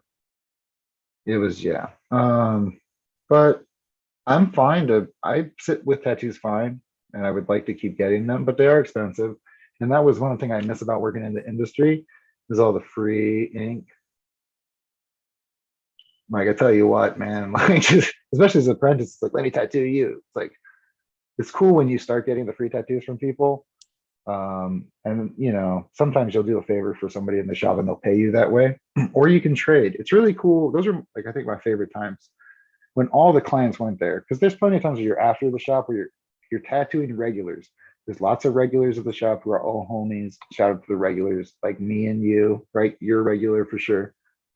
But when it's just the artists are the last ones that get tattooed because we tattoo all day. So we don't want to fucking tattoo anymore. It's our job. And we don't, our schedules don't always match up and there's always shit to do. So to have that night when it's just the team, whatever, drinking and shit and tattooing little jammers or even doing full pieces. Like I saw somebody freehand. My buddy was really good at freehanding and freehanded. It was like, fuck, like 46 letters across the other artist's chest, and only screwed up once, and like only had to get rid of a section and then fixed it all. Like super sick piece, and then it was all done. I've get to like witness cool shit, like people getting their hands instead of all their hands done. Um, yeah, That's some painful shit there. I've never I had like it to. done. I know. Part of me is a checklist. Do you have this? Like you're going down a checklist of, I'm a collector. That's what people would. I think people. I think you might be a collector.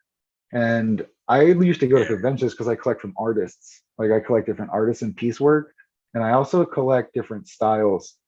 Um, so I have like American, I have traditional, I have black and gray, I have whatever. I collect all of it. Where I think you have mostly like black and gray work, right? You have some color, Yeah. Yeah. but like mostly, and I like black and gray. That's kind of what I want I to do with my like arm the now. up the arm. I'm kind of trying to mix That's what the I was gonna color do. and the. I was gonna do, you have Metatron's cube and you have the Seed of Life, and I wanted to do like a galaxy. I have scars on my shit I want to cover, but I want to do a 3/4 sleeve, but it like slowly tapers up from the call. Like, I don't know. It's very, I'm gonna have a hand in designing it, but I don't want to have too heavy of a hand. But I do want to be able to provide the artist with, yeah, it's a fine line I have to walk by. So I'm trying to like design as much as I can to provide somebody with something, so it's not as crazy. I don't know. I've mapped arms, and that's something I like to do is draw directly on the skin. I've always been a fan of like stencils are great, and I do like stencils. But even a stencil, I'd like to still add background effects and everything on your body. You can't compare the flow of the body to just like drawing directly on it and matching it. And I think that's the best way to do like tattoos. Man, we have been Like doing you this a say, long sometimes time. they don't. Sorry, That I didn't mean to rap say that. doesn't necessarily pull around. Oh, it's true though. I mean, it's been a good episode. Um, couple of things before I don't know if you want to wrap it up or it's completely up to you. No, I mean, I'm having a great time, and I Uh, think I could honestly ramble forever. But to give everyone in chat and you and me both some sleep tonight and good time. Plus, it's good to just wrap it up in a box and make it neat. Right on. Right on. Well, I appreciate your time, man. It's been a great conversation, man. Great time. And I'm glad we got to do this because I did get to meet you firsthand up at Bigfoot Lodge, but I didn't get a chance to have that sit down. We were here in kind of different areas. It was kind of neat, though, to point out all the different shows that were up there at Bigfoot Lodge. Much respect to Care, the Michigan Rose Girl Show, and I think there's that's more what we a don't lot even of know. what the fucking that drives a lot of these events is you probably noticed this too. We're guilty of subletting, I guess, a lot of these events. You know, Bigfoot might have been having the event, but we tend to make it our own. Oh, yeah, you yeah. know what I mean? I felt kind of Underline, meet us here. Meet that us one here. specifically. It was like everyone's friend. I kind of felt bad in a way, but whatever. I think that just needs to be established. Period. That get together just needs to happen. A social gathering of that magnitude. Period. Vending or not, I don't care. People just need to get together, like at a campsite somewhere. Whoever, and if there's somebody who has like 100 acres or whatever, I'm sure plenty of people would camp. But I'm sure there's also plenty of places that would rent to a group of people, yeah, to camp. Or we could all just go like, into the I'm wilderness. thinking Rainbow Farms. That's by me, so I'm totally down. Bigfoot.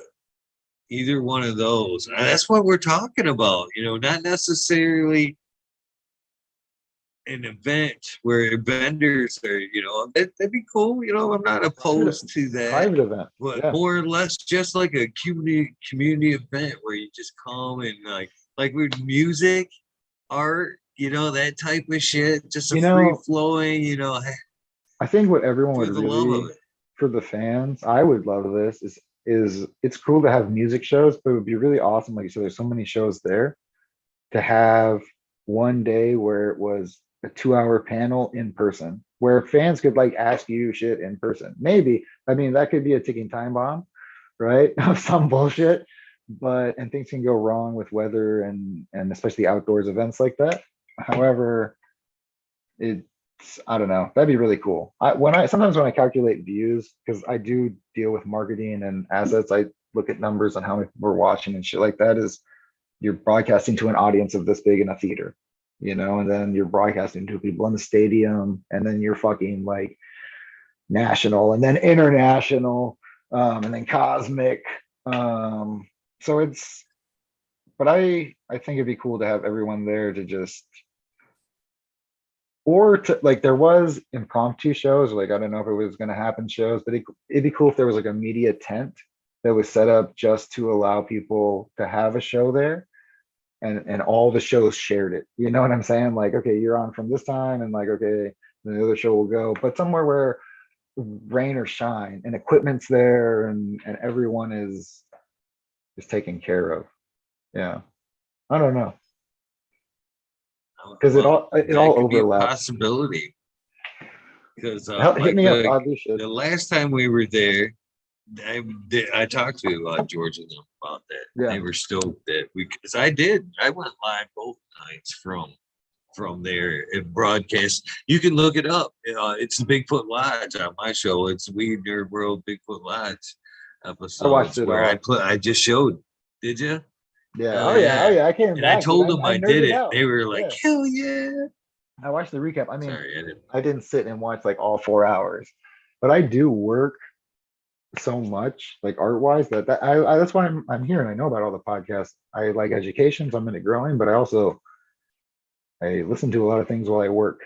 I don't watch it, I listen generally. Yeah, it was great. It was. Yeah, your guys, especially, you guys did it for like hours. Both nights, I think, which is awesome because it really does allow people to be there in a way. I wouldn't have done it if it wouldn't have been Johnny Green Thumb 710 because I know when I get to the events, man, I put so much time into being on camera. When I'm Oh, there, I'm like, other than the highs, you know what I mean? To yeah. do a show like that or whatever, I'm like, get that out of here, You're on man. I'm here to have vacation.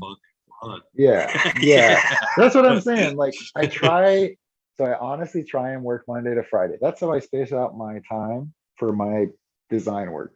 And I try and take the weekends off. I honestly I don't work. That's when I do my personal art and I do whatever the fuck I want. I need to have some form of balance. Um, but yeah, going to an event and then working, I don't necessarily want to talk about art. An hour before I came on the show, I was like, I don't even want to talk about art. um, just because I've been working all day and I got to work all day tomorrow and it's what I do all the time. But it is my passion and I love it and I want to talk about it. And I'm going to jump at any opportunity that I can. Some advice that I heard a long time ago, because I said I dealt with anxiety, is I used to be nervous and I was a no person. I would always say like no or maybe later. So I started saying yes to a lot of things. Um, And I also replace the word in my own thought process. I don't say I'm nervous. I don't say I'm anxious. I say I'm excited because they're very close to the similar emotion or butterfly in your stomach feeling. And instead of trying in my brain thinking it of as a negative, I try and think of it as a positive just by changing the vocabulary. It's like a self training, as weird is. And it's helped, you know. So I'm just going to leave that tidbit there. Yeah, and now I'm just excited to do everything. So I could probably drag you out all night long, but obviously you need some rest. And well, you seem to have some fun talking about that art tonight. Hopefully you had some Oh, fun I loved it, dude. coming And I'm on. an insomniac. Like I drank coffee. I prepped up. I took a little nap before the show, and I warmed up a cup of coffee. So I'm good. I'm buzzing. It's been a real fun time. I was, like I said, before we started broadcasting, I was super nervous. Um, and you've been a great host, and it's been great talking to you. And I look forward to talking to you again at events because we, like you said, we didn't have a chance to have that one-on-one, and now it's a whole nother ball game. You know what I'm saying? I'm going to be by the campfire for sure. Uh, yeah, thank you so much, and thanks everyone in chat. I can't thank you guys enough. The love and the community is beyond what I've ever expected, and it's very overwhelming in a positive way. And I hopefully return it back to you. Three things before we go. One, make sure and get your Instagrams and social medias out there. So if they need to get a hold of you for anything, they can. Sweet. Yeah, the best way to get a hold of me is Astro Charlie. It's underscore Astro Charlie underscore on Instagram. Currently, that's the best way. And in the future, it'll change, but that's the best way. Yeah. The next thing would be to go over the fact that the invitation that I sent you tonight is the invitation that will work for you for the We Nerd world. Please keep that. You're always welcome. Anytime you see it in the title, please don't even hesitate. You don't need an invitation. You just gotta want to come fucking hang out. I greatly appreciate it. I know everybody else would like to hang out with you and smoke. You know, and it is. I'll definitely stop You by, see that man. face, I'll definitely swing by. it does change everything. So hopefully you will. Yeah. And the last thing that I'd like to get from you is, of course, oh yeah, I can do it on the cloud.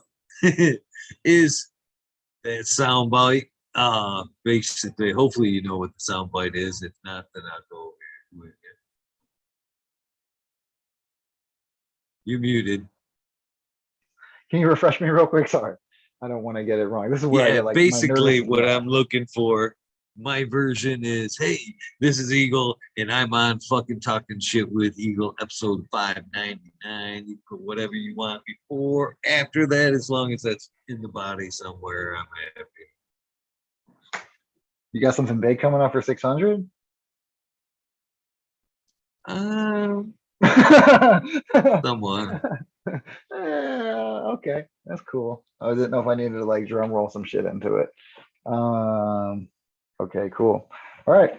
This is Astro Charlie on fucking talking shit with Eagle, and it's been beyond a wonderful time. I hope that you've enjoyed it, and I look forward to seeing you in person and talking to you. And I hope that you have a great night, day, or evening. Thank you, my friend. Not only for letting me get to know you a little bit better, but buying the community another night of hanging out and talking and letting them as well get to know you a little bit better. So have a great evening. Until I see you again, I wish you all the best success and all that good stuff. And thank you for your time. Oh yeah, thank you guys. With that being said, hopefully you guys know the deal. If you want to empty your bladder, fill your tray, I will see you in the Weed Nerd World for a short edition. I guess it's almost 3 now, but I will walk you down to the 420 episode of the Weed Nerd World. With that being said, hopefully you know what to do. Do something nice for somebody. Random acts of kindness do save lives. So simple. Compliments, doors. Do you need a hand with that to your car? Can I help you with that lumber? Do you need some cannabis? Phone calls. Are you okay? All the above. With that being said, I am out of here. Thank you guys for your time. Hopefully, I will see you in the nerd world. I am out of here. Thanks